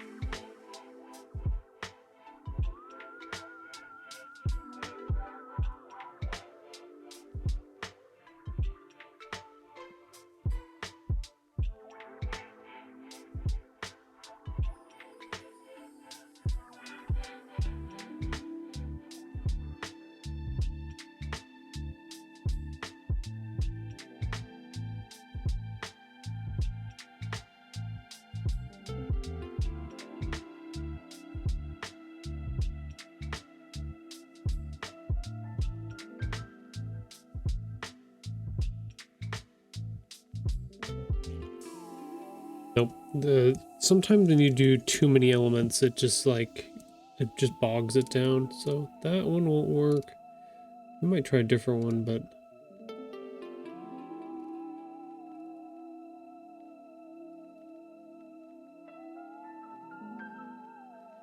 if they have another one that works.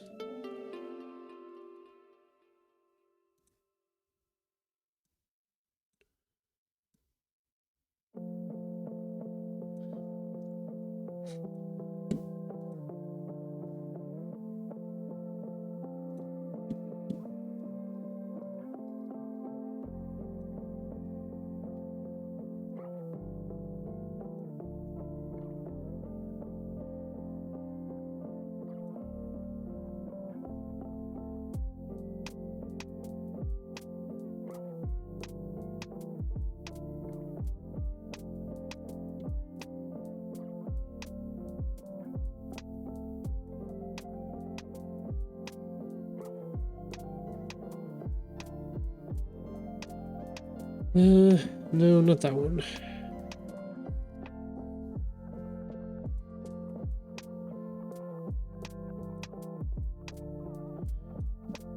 I think it's gonna add too much to everything. I don't think it's gonna work. Like I said, sometimes you can overdo it by adding too many elements. This feels like one of those ones where I have a feeling on something that I want, but it's probably not going to work because it just overwhelms the whole thing.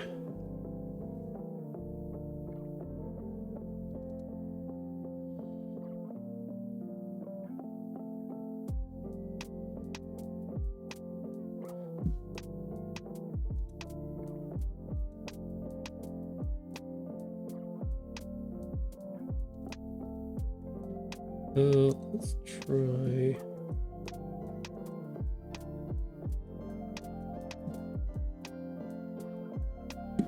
Green's not gonna help. It's just gonna make it look murky.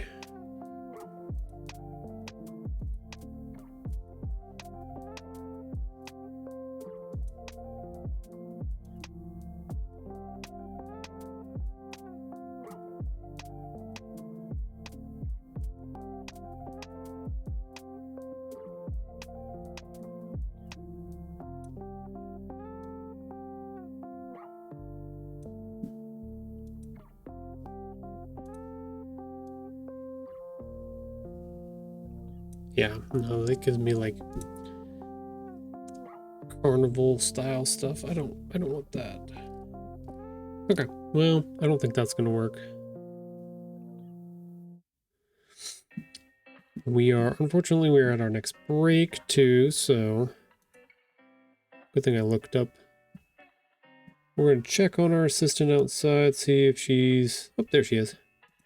She's hanging out down at the bottom of the screen. She likes to hide from us. Oh, chasing flies. But we'll take a break. We'll do our 3-minute ads and then we'll come back and we'll see if we can finish this up and go from there. So stick around. We'll be right back.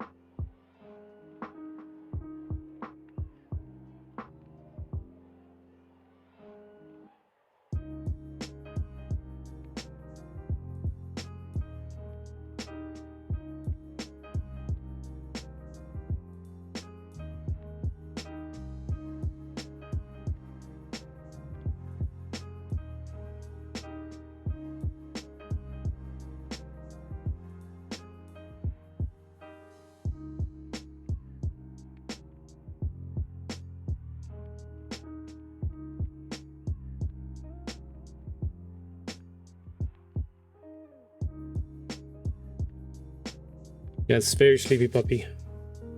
She was inside for a hot minute there, cooling off on the floor by the front door, but she wanted to go back outside. So I don't know. I don't know what's up with her. Just hanging out. Like, she wasn't, when she came in, she wasn't like panting or super hot or anything like that. I don't know if she was just coming in to check on me or what, but I don't know. She's back outside again, doing her things. Okay, back over to our stuff here. I told her to take care of you. Oh, thank you. I appreciate it.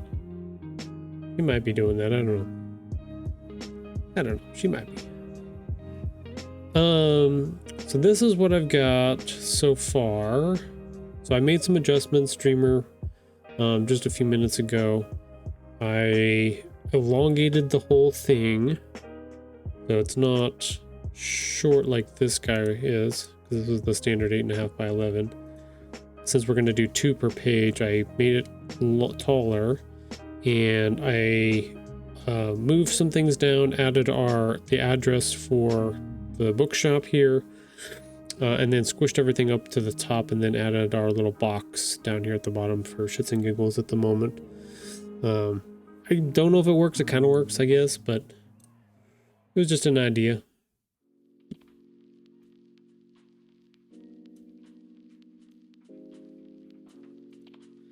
Since we are doing a box party surprise, so.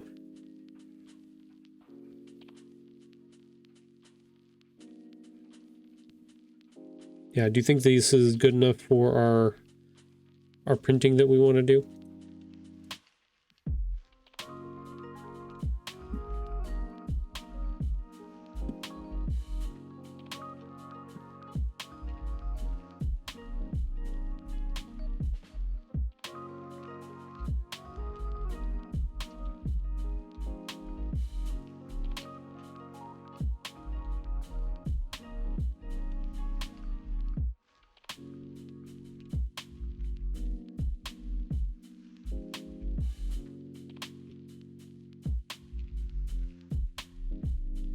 Yeah, do we think that would work? Do I need to do anything else to it, essentially? Okay. And that should be good for that. I should be able to download PNG. Do we want a JPEG instead? Best for complex image illustrations. I could also do it for PDF print, so then let's do PDF print because it'll be bigger, and then I'll export it out of that into a JPEG. So this way we have the highest resolution we can get from that. Downloads, yes. Downloads. Open that here. Go ahead and export that as a. Do we want a PNG or JPEG? JPEG. Either one work. JPEG for now. Desktop. We'll check the resolution on those and see what they look like. Nice and big, good. That one's 3,300 by 2,500. Okay, cool. Let's export that as a PNG real quick and see what that looks like.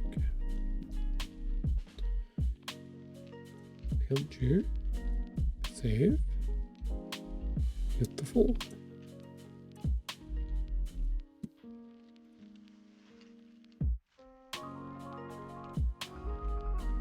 Okay. Either one, they both look the same, which is good. This is what they're supposed to look like. I actually think the JPEG is slightly fuzzier.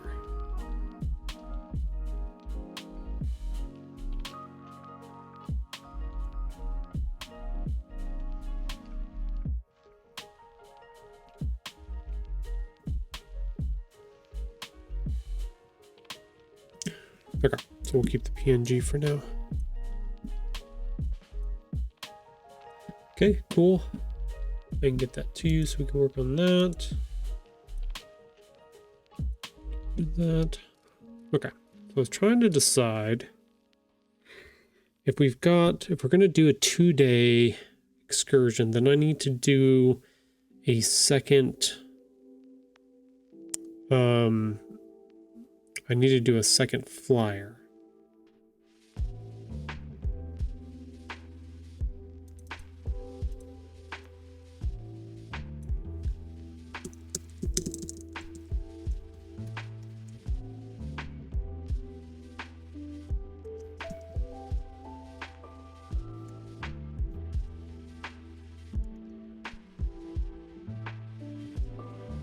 Nook and cranny as well. I want to do a different setup for it. Don't want to do the same setup.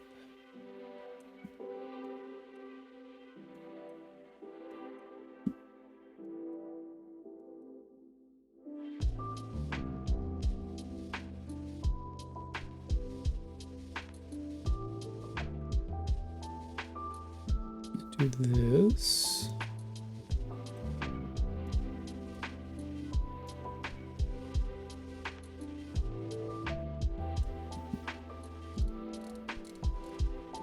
Do this.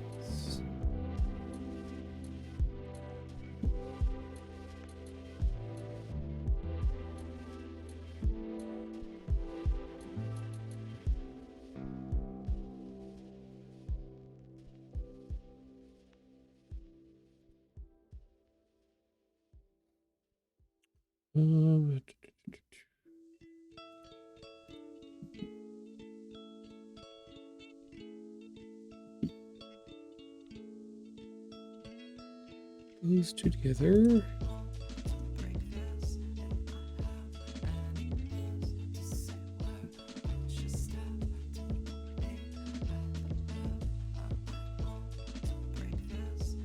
Down here.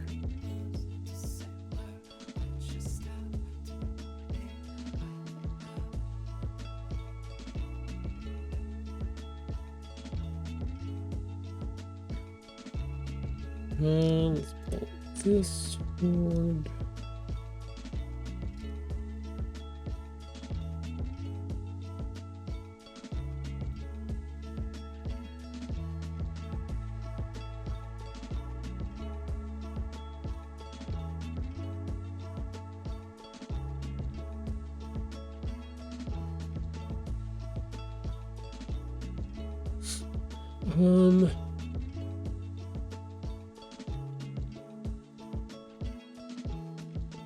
You know what the one thing we might need to do on here?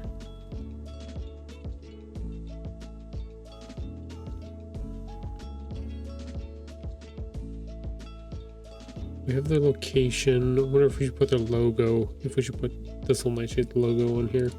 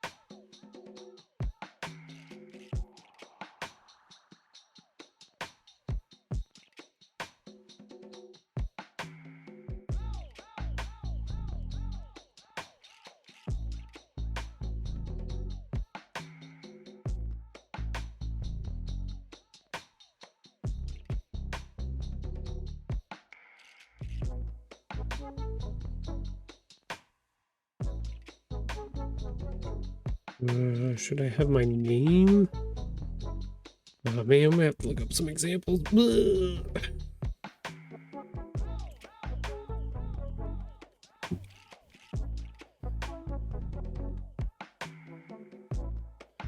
Let's see. Kids book launch flyers. Let's just see what there is on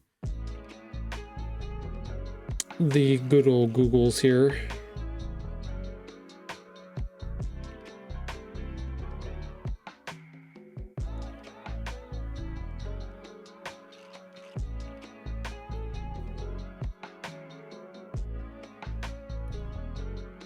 Oh, okay, so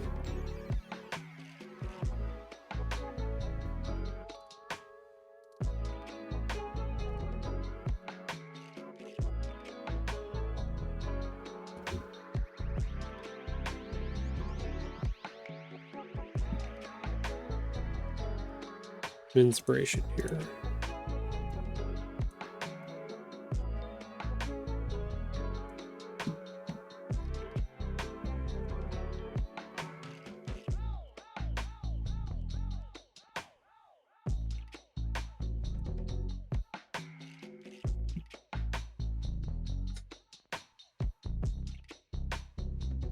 I think I want to change this to the lighter version.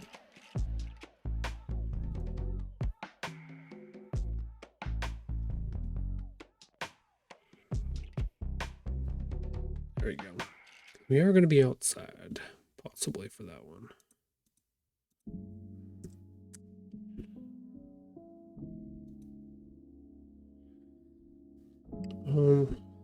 What do we have? July.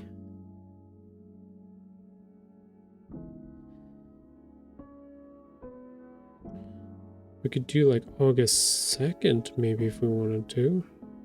If she wants to push it back.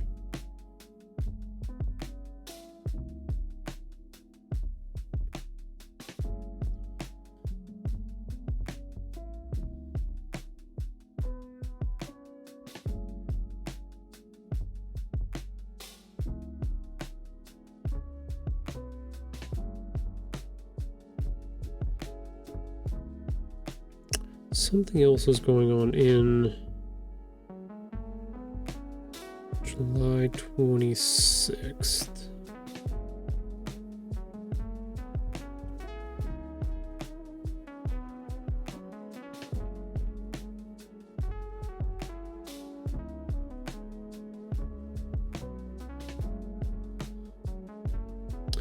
Something else going on in Reno on around that time.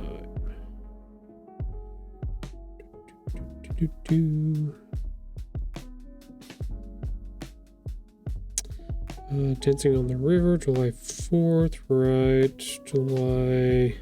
Silver Age Comic Con is July 11th. Yep, we're gonna go to that. Pop in the River. It's also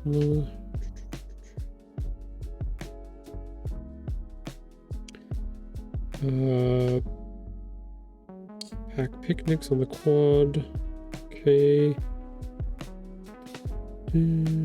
River.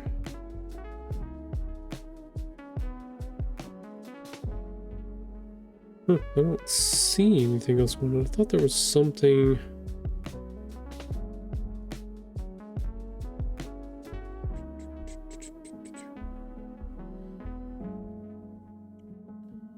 thought I remember there was something else that was going on during that time.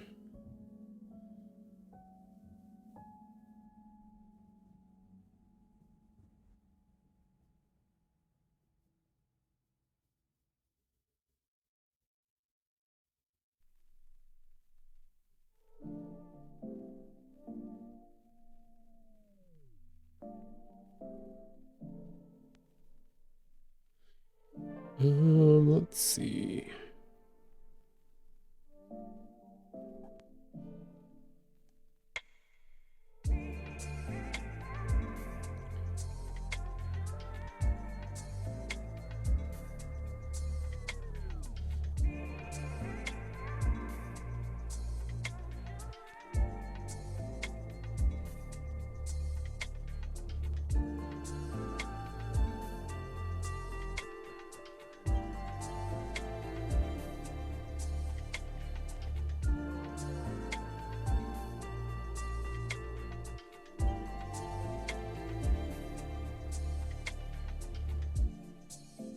Wing Fest. That's what I was thinking of. And is Wing Fest. Oops, Fest. Reno. When is that?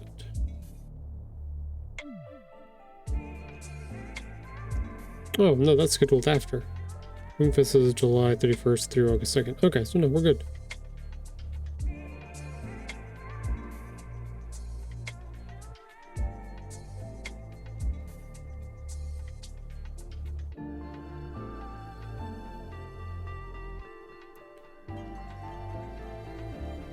Cool. So that actually is free. Should be free.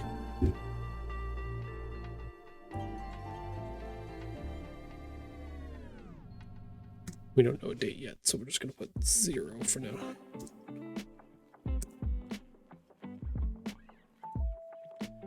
Okay, so that one's good. Move this. Let's move all of this stuff up.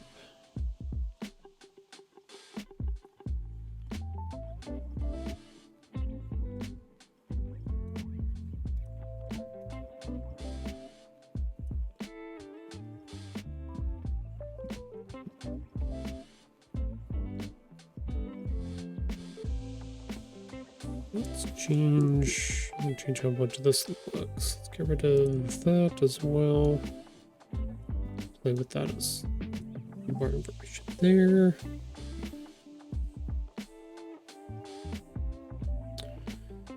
I did do I think it's this one, this week's video. Oh, look at that. Grab our little city here.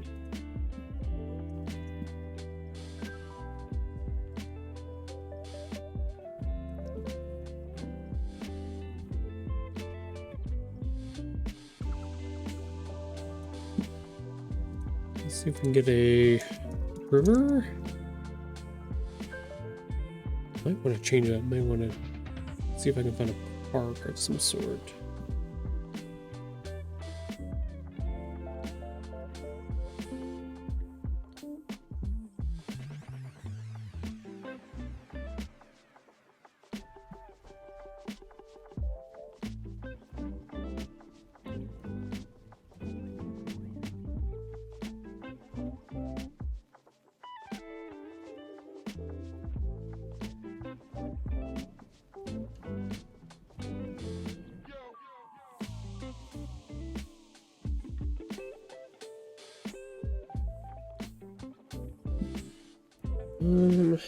That one might not work. I love just have a straight one go through.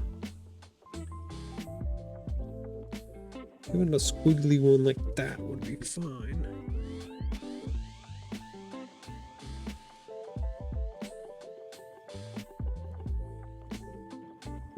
I could draw one as well. My hand on here.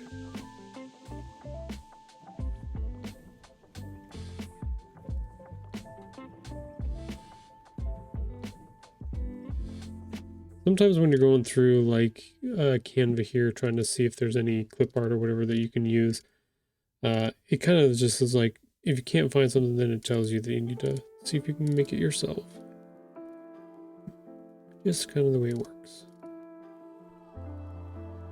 That's definitely a road that was colored.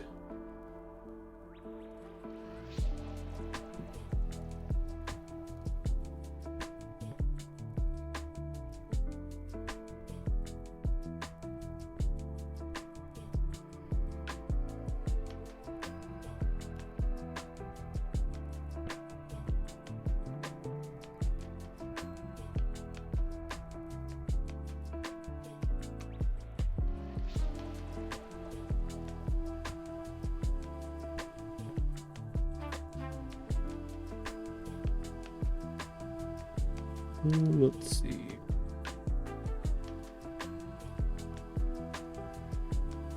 Yeah, these all kind of suck a little bit. Ah, damn. I was like, oh, that's not bad, but then can't use them. It's not free.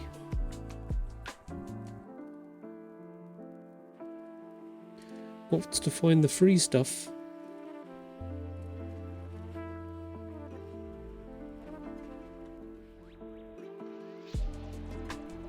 There's a waterfall.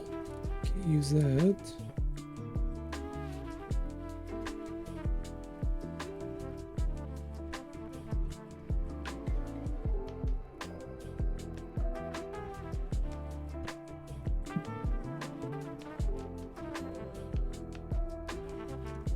Kind of along the lines of what I was looking for.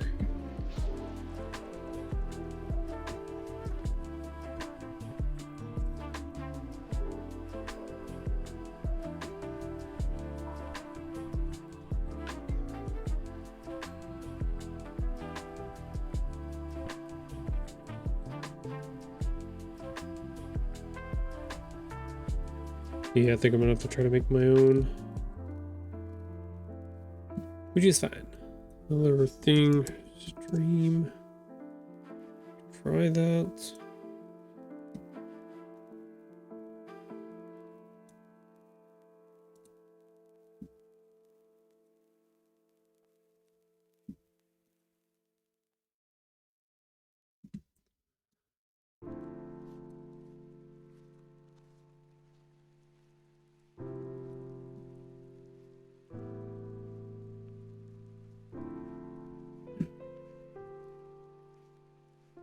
This back over.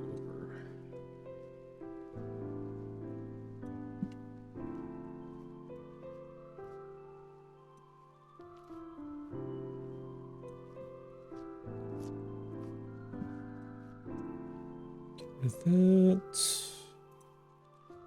so stream gave us a little something.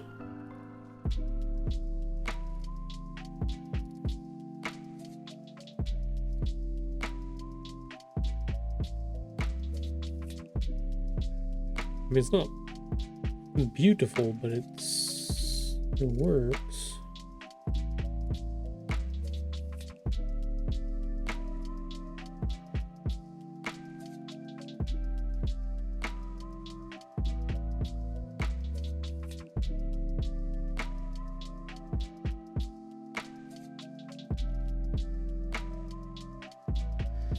Let's see. The thing I was gonna do was park of some sort.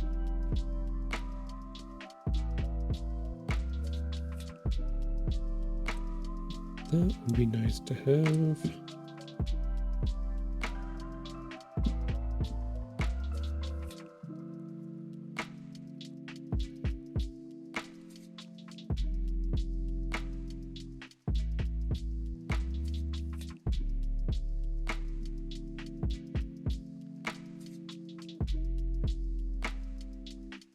Some other trees.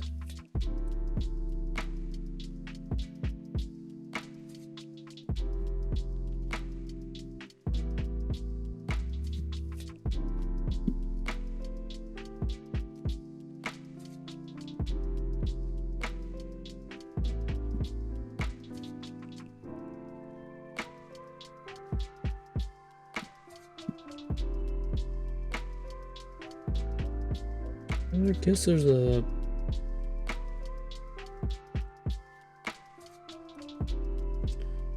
guess that would work.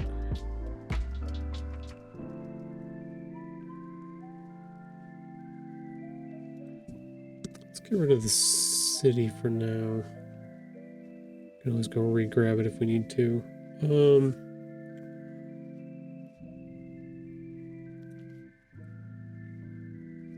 Kind of trying to accurately build something that kind of represents where we're going to be at with this event that we're going to be doing.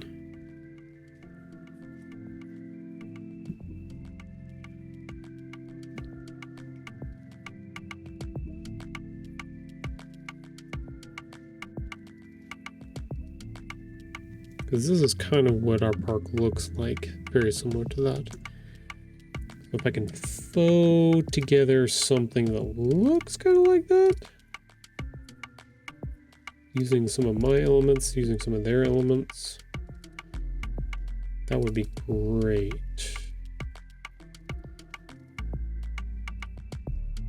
Whether or not I can do that, that's the big question.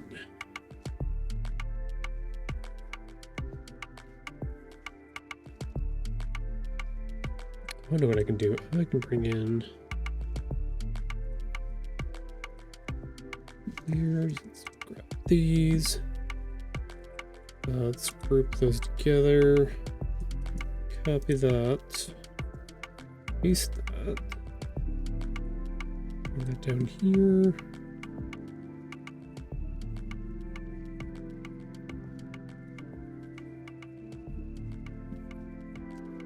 Okay, that's not bad. Let's see. Let's try booth. Yeah, okay. I'm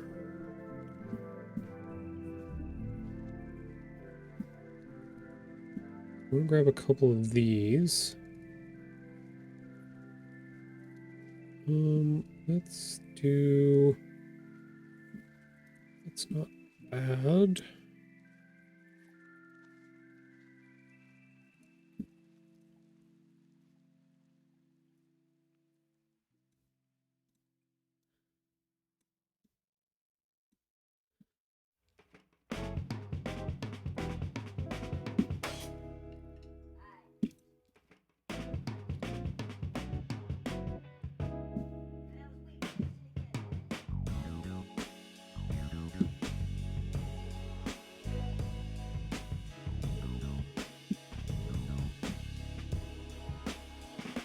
They're going to be semi-similar to each other.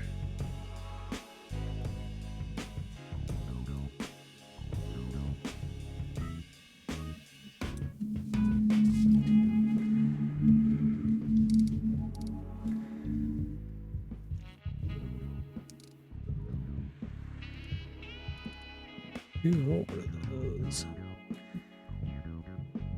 I can't have that one. It's not free. Free. No, at one point I couldn't find any good ones and I had to build a bunch of them myself. I'd have to go back and find that post that I did where I had to build those, but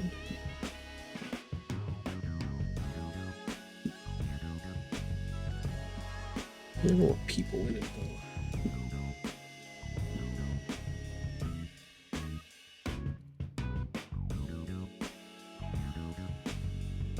A little ice cream stand in there.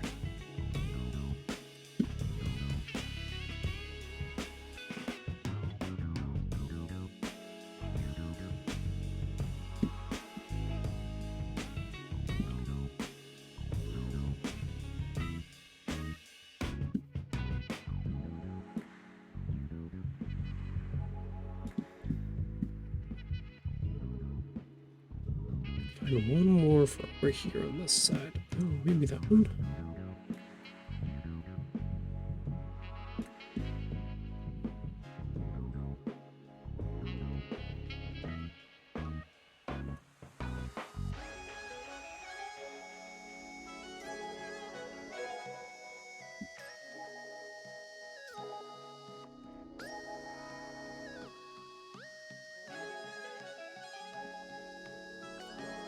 Oh, they have one with... I don't want the person in it though. I think I like that one better. Different types of fruit and veggies on there. Or it's too big.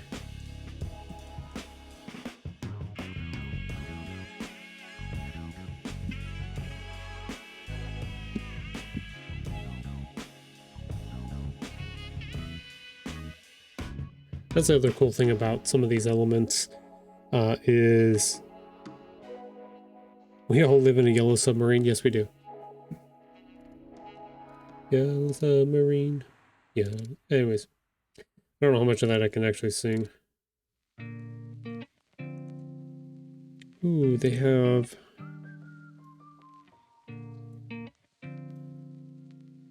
I like that. I was going to look for some food trucks. Oh, food truck. Huzzah. That's what I'm looking for. Let's get rid of that. Let's get rid of the ice cream.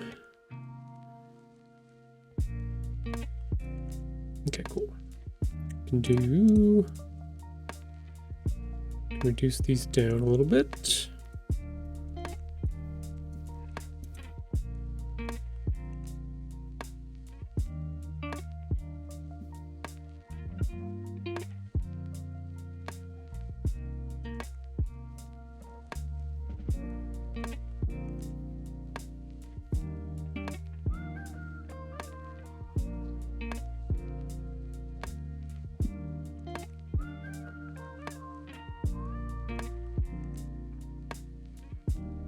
Yeah. I can build my own things. Huzzah.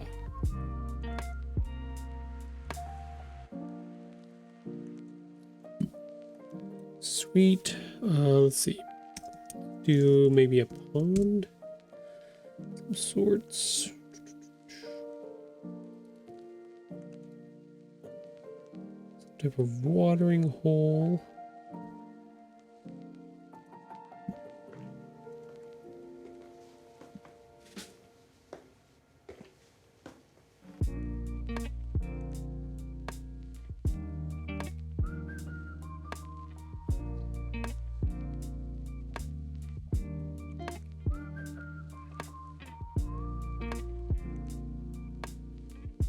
Now that one's good.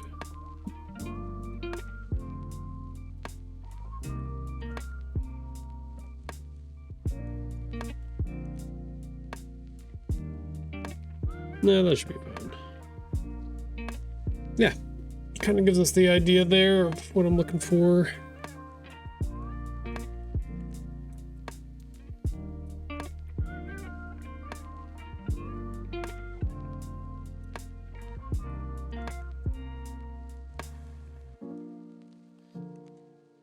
Really want that bench back there, but that's okay.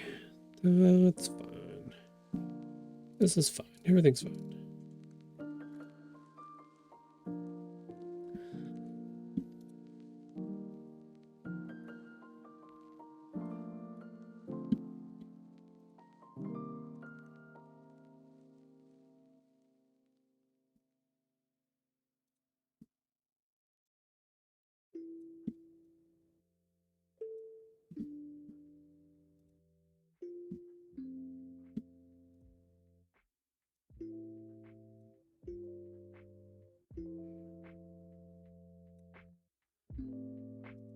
Yeah, something like that might take an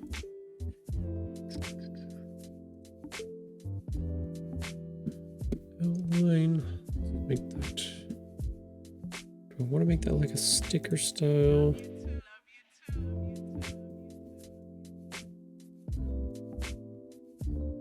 Yeah, let's make that like sticker style. White.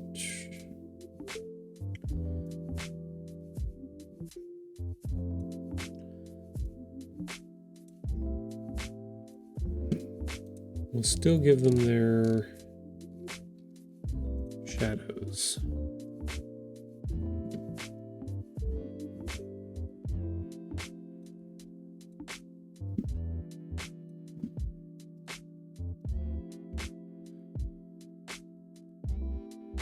Down to like 30. Duplicate that. There.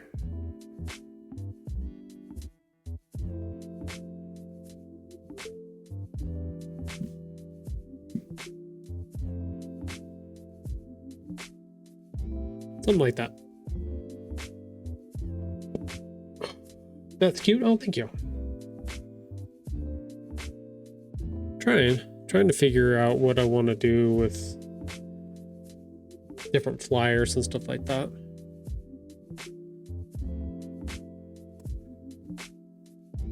This one will be similar to the other one, where if we're going to do little half sheets or something like that, I can have all of this ready to go, and then what I'll do is I'll put it on that 8.5 by 11, then I can extend it up a little bit. I can add a little bit more room for some of these little elements that we want to put on here.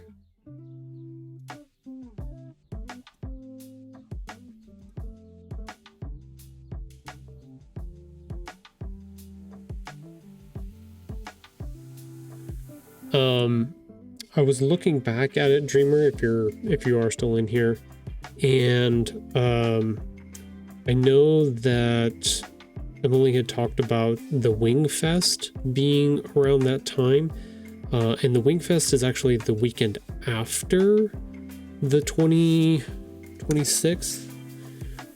So it's actually not that weekend that she was talking about. It's the following Sunday. It's the August 2nd is what it is. So But the only trip up would be whether or not she's like she said that they're doing something for their anniversary. That would be the only trip up on that.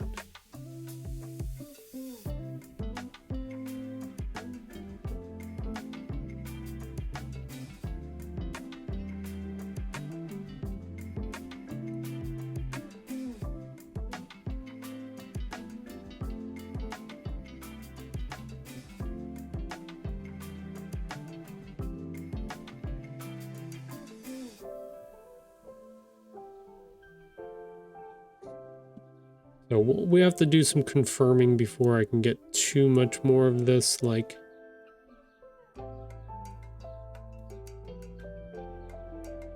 too much more of this figured out. But at least I have the base for it ready to go. I've got all this down here, that's fine. So we just need to get the information together for it. Whether or not we're gonna have other like goodies or something there. Like stuff we need to talk to her about, whether or not I can sell other things, stuff like that.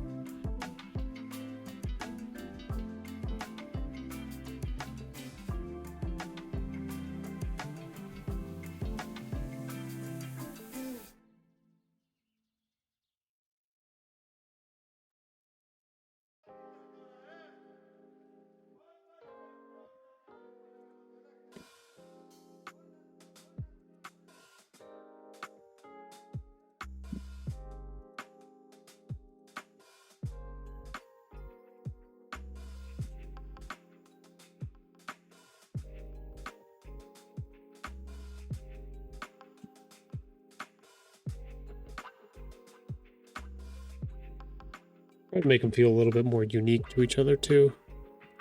A little bit different than this one. I'm gonna definitely change up the font of these, but nothing wrong with the font, but I just want them to feel unique and different in their own way.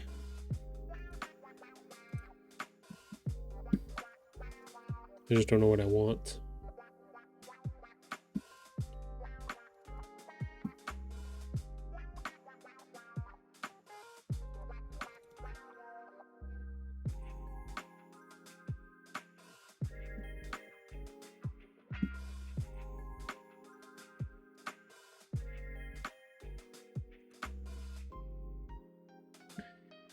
I should be working on a poster instead. Oh well. I'll figure it out.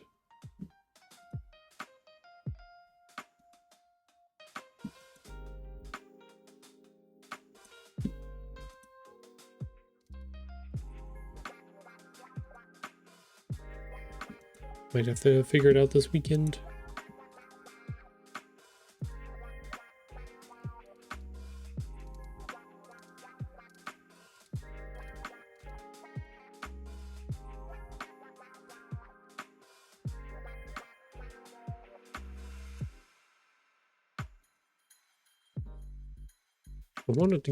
I want this to feel, do I want this to feel outdoorsy?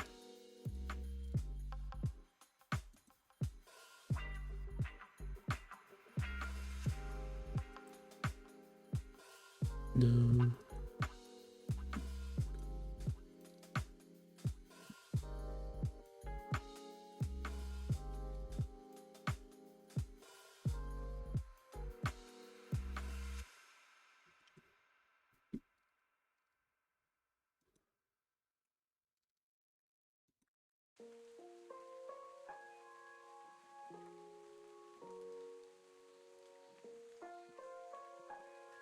No.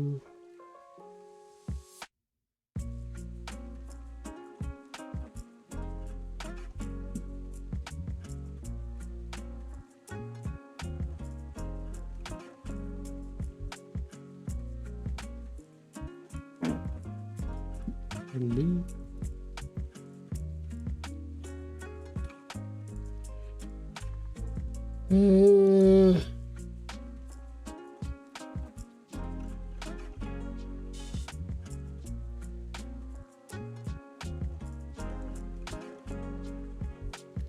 Fonts are always hard.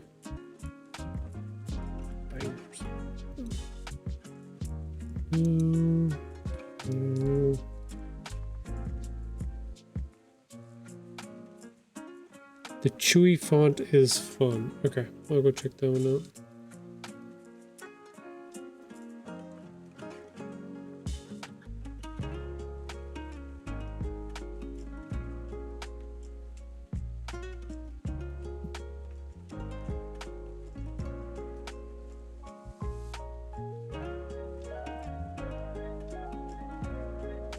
Chewy, you said, huh? A, B, C. Chewy. Yeah, it's not bad.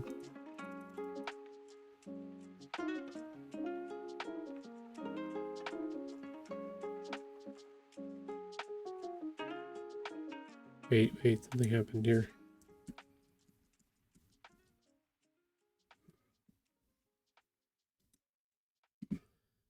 Chewy.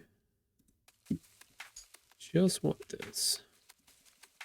Nope, I don't want you to get bigger. Why are you getting bigger? Ungroup. Just. That was weird. Shouldn't have done that.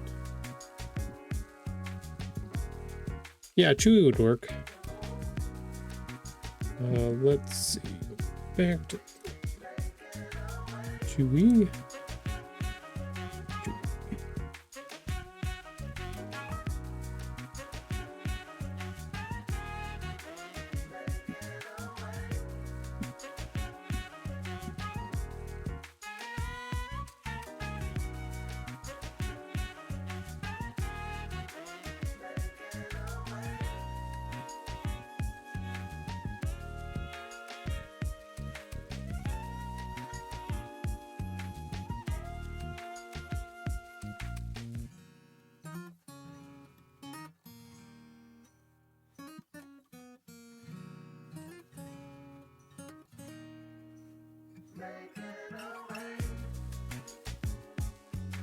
Yeah, I like that better. Good call, Dreamer. Good call. That will work fine.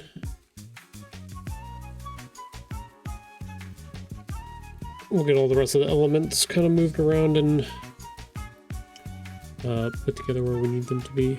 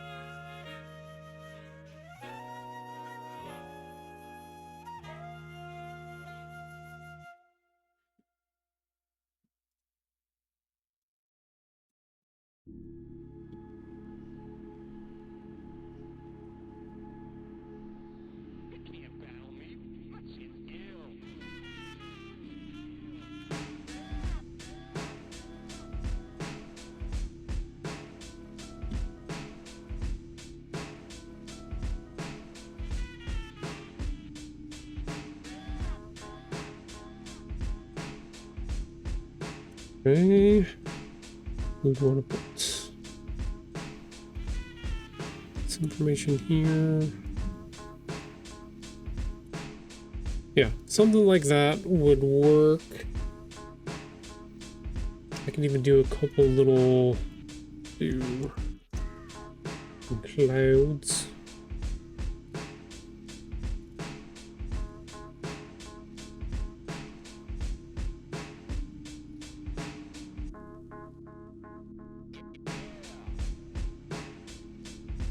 If I need them, I'm not sure if I need them quite yet.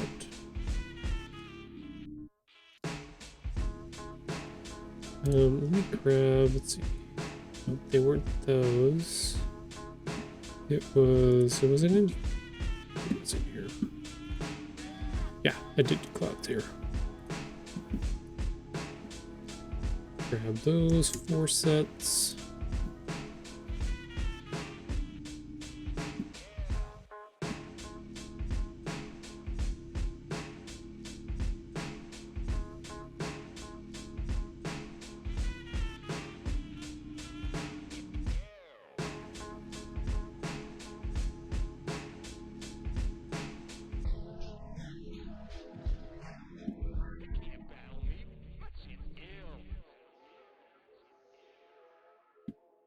these down there.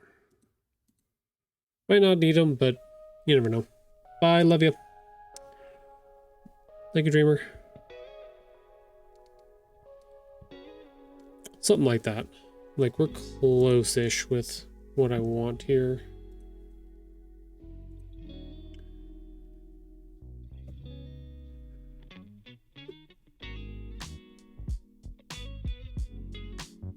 These will be good too, because then I can put them on my website and promote it there as well, which is good. So, making as many different versions of stuff as you can might actually be useful. Streamer's sample.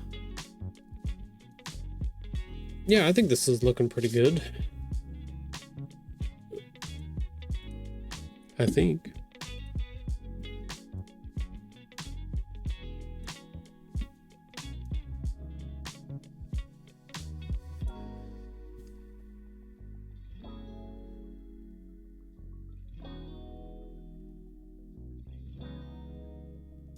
Okay, yeah, so because we can do,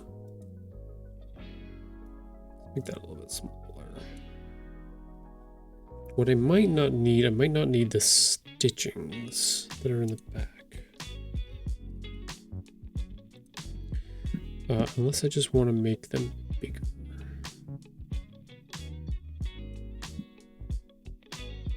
Go ahead and pull that out to there.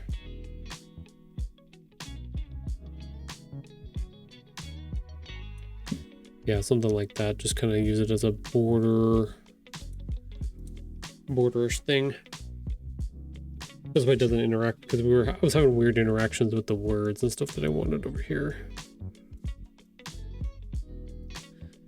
And then we can put it at the,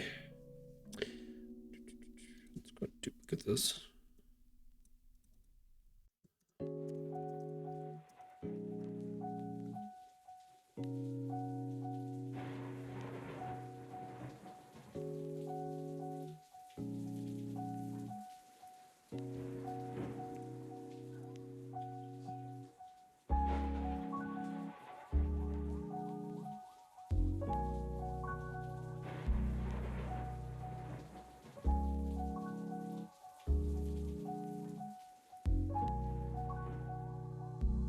Yeah, something like that.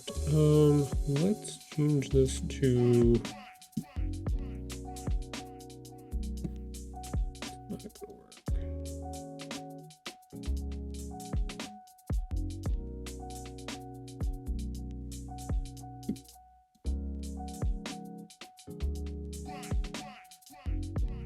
I want people to be able to read it. I want the black.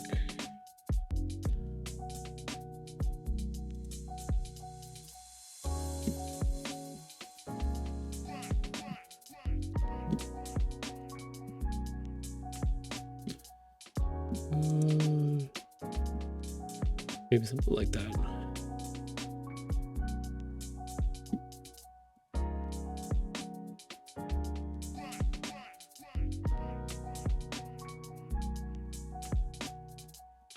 Ooh, okay, then we're on to something here.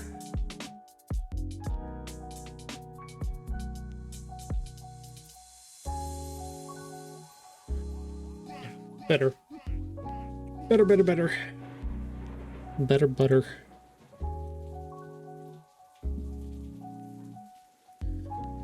I'm gonna put no underlines there. We can do an effect on it. Outline.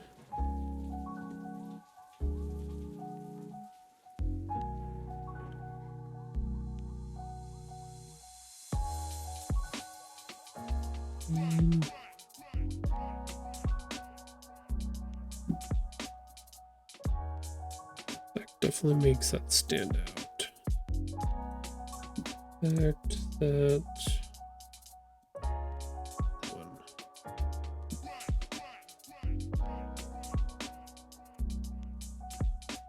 Okay, so that at least makes that stand out. We gotta do some things to it to make it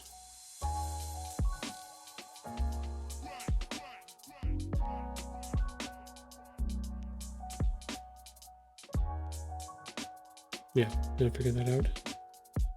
And then we'll have to do something with this as well. Let's make that.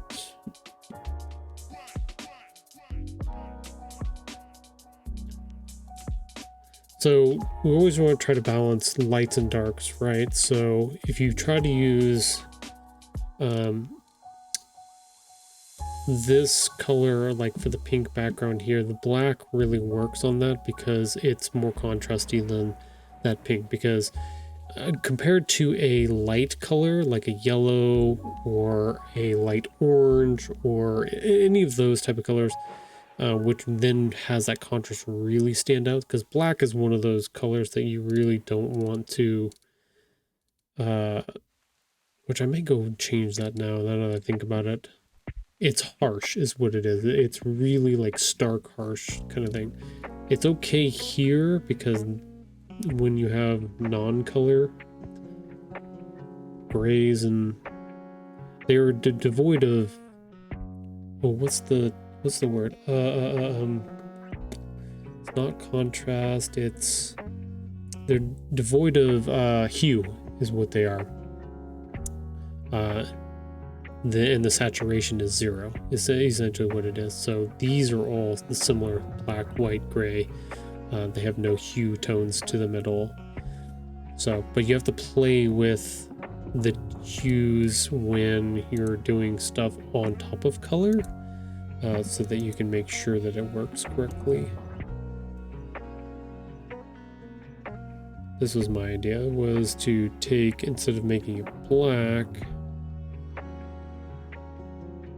make it a darker shade of the color of the one that we're working on right now, the color. Yeah, that would make it a little, that would blend it in to make it work better together, rather than just being a stark black color. Yeah, it's better. I'm gonna go fix that for this because I like that better.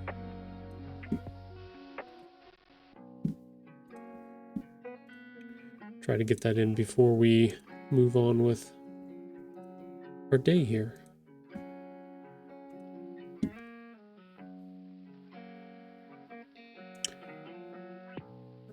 Oh my god.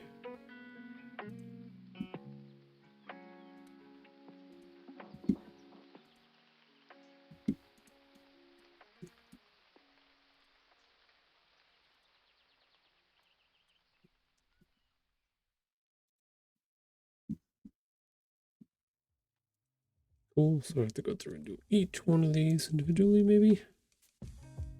Shift, yep, and then each one.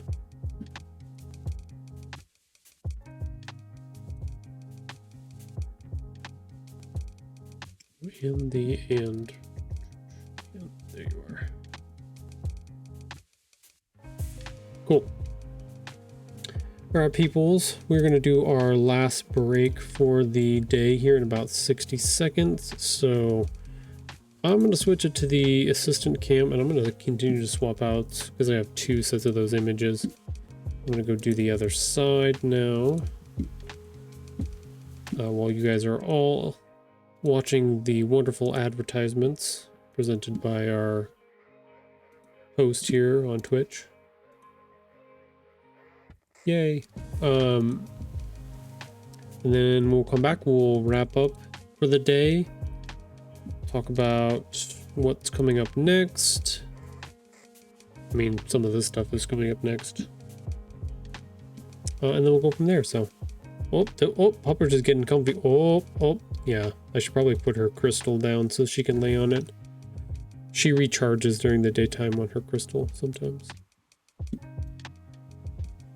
That's her thing. Okay, I'll download that again. Stick around, we'll be right back. All right, we did it. We're in the breaks.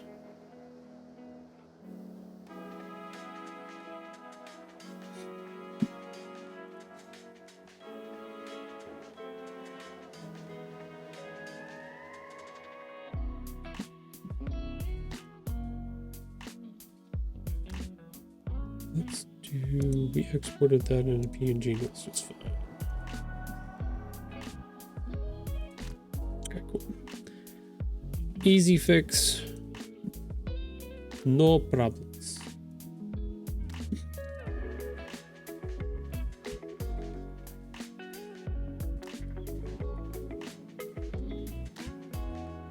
Oh my goodness. Oh.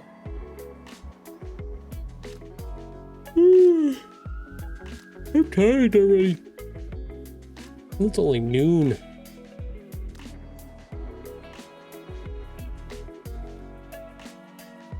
Doesn't help that I get up at like 6. I think I was up at 5 though. I think I woke myself up at 5.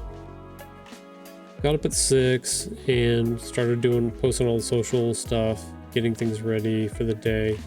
Essentially started work at 6 is what I did. So 6 to 12, what is that? 4, 5, 6 hours, give or take. Getting all the prep work together for stream and starting to get together ideas on what we're going to be working on today. Getting all that stuff pushed out to our, like I said, social medias. Yeah.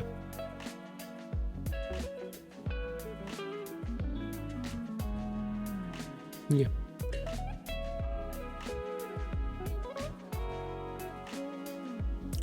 Ooh, I was just thinking of something. I've got a video that I want to put out. I don't know if I can put it on stream. I think we might get dinged for it because of the music. No, can't be. We might get dinged on Twitch.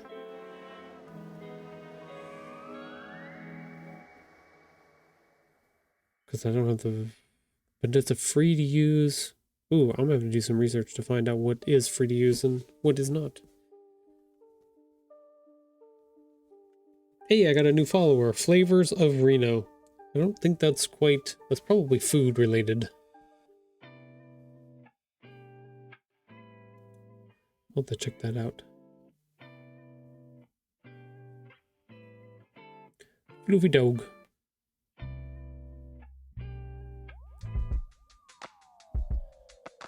Alright, peoples. Welcome back to the end of our stream here. We have gone through and done our 3 hours for the day. Got to talk about a lot of really cool art at the very beginning. I think we spent a good hour and a half with talking about some of that. Had to break the sad news to Sunny that our assistant Patch had passed away, which is sad. But he gets to live on in the books that I'm writing, so the adventures will continue, and he gets to live on and do all the fun stuff and be reconnected with our good friend Buttons here. So it's sad, but it is the way it is. He was a good cat, 20 years old, so lived the full life. Did all that, talked about all those things, worked on some of our flyers for events that we've got coming up here very soon, which is good. Yeah, if you were getting ready to publish books, do things like that, if you're doing this all by yourself like I am doing, all of the marketing, all of whatever, flyers I hear are a big thing, a good thing. So we're gonna try something. We're gonna see what happens. We're gonna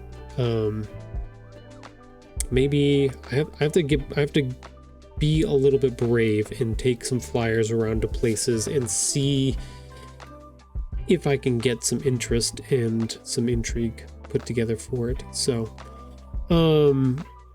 hard for me to do, something that I need to work at and do better at. So but yeah, we've got a couple months till we get to July. Let's see, it's only May 8th. So we still have technically 3 months, 2.5 months until July 22nd when book number 3 comes out.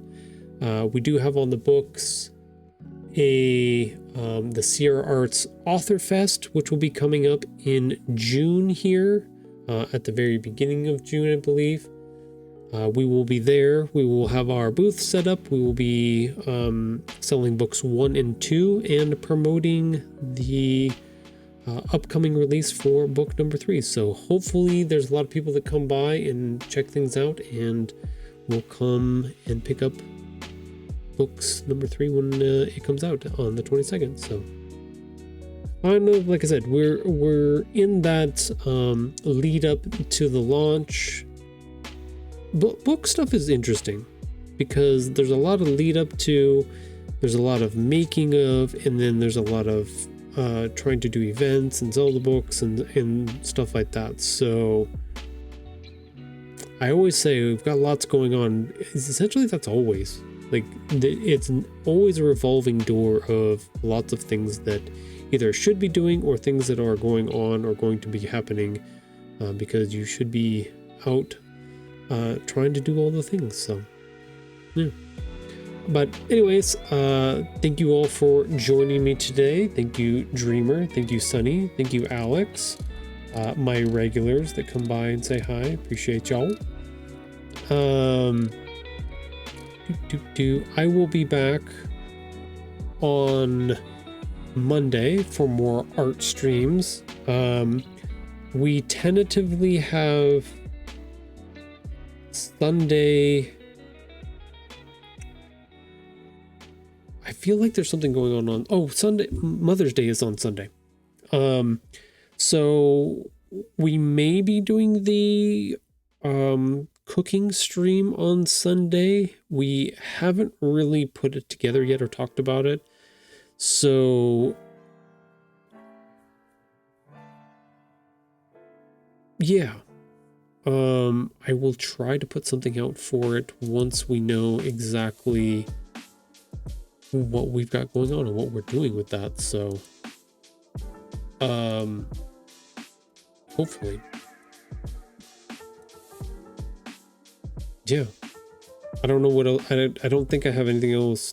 I don't know what else to put out for that, because it's Dreamer and I have to figure out if we're doing Mother's Day things on the day, if we're gonna be able to jump on and makeshift something together, or if we're going to be busy working on some other projects that we have to get done.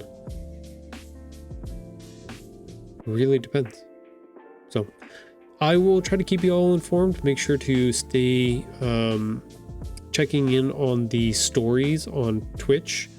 I do, if something comes up or happens and we can't make it, I usually post on their little stories thing whether or not we are going to be on. So yeah, keep an eye out there. Otherwise, I will be back on Monday for more stream, art publishing, illustration, product making, management, philanthropy. No, I'm getting way off into weeds here. All of the things that we are doing for the Stitch Tales book series. So yeah, definitely come back and check us out. Have a wonderful weekend. I'll see you all Monday. Bye, everybody.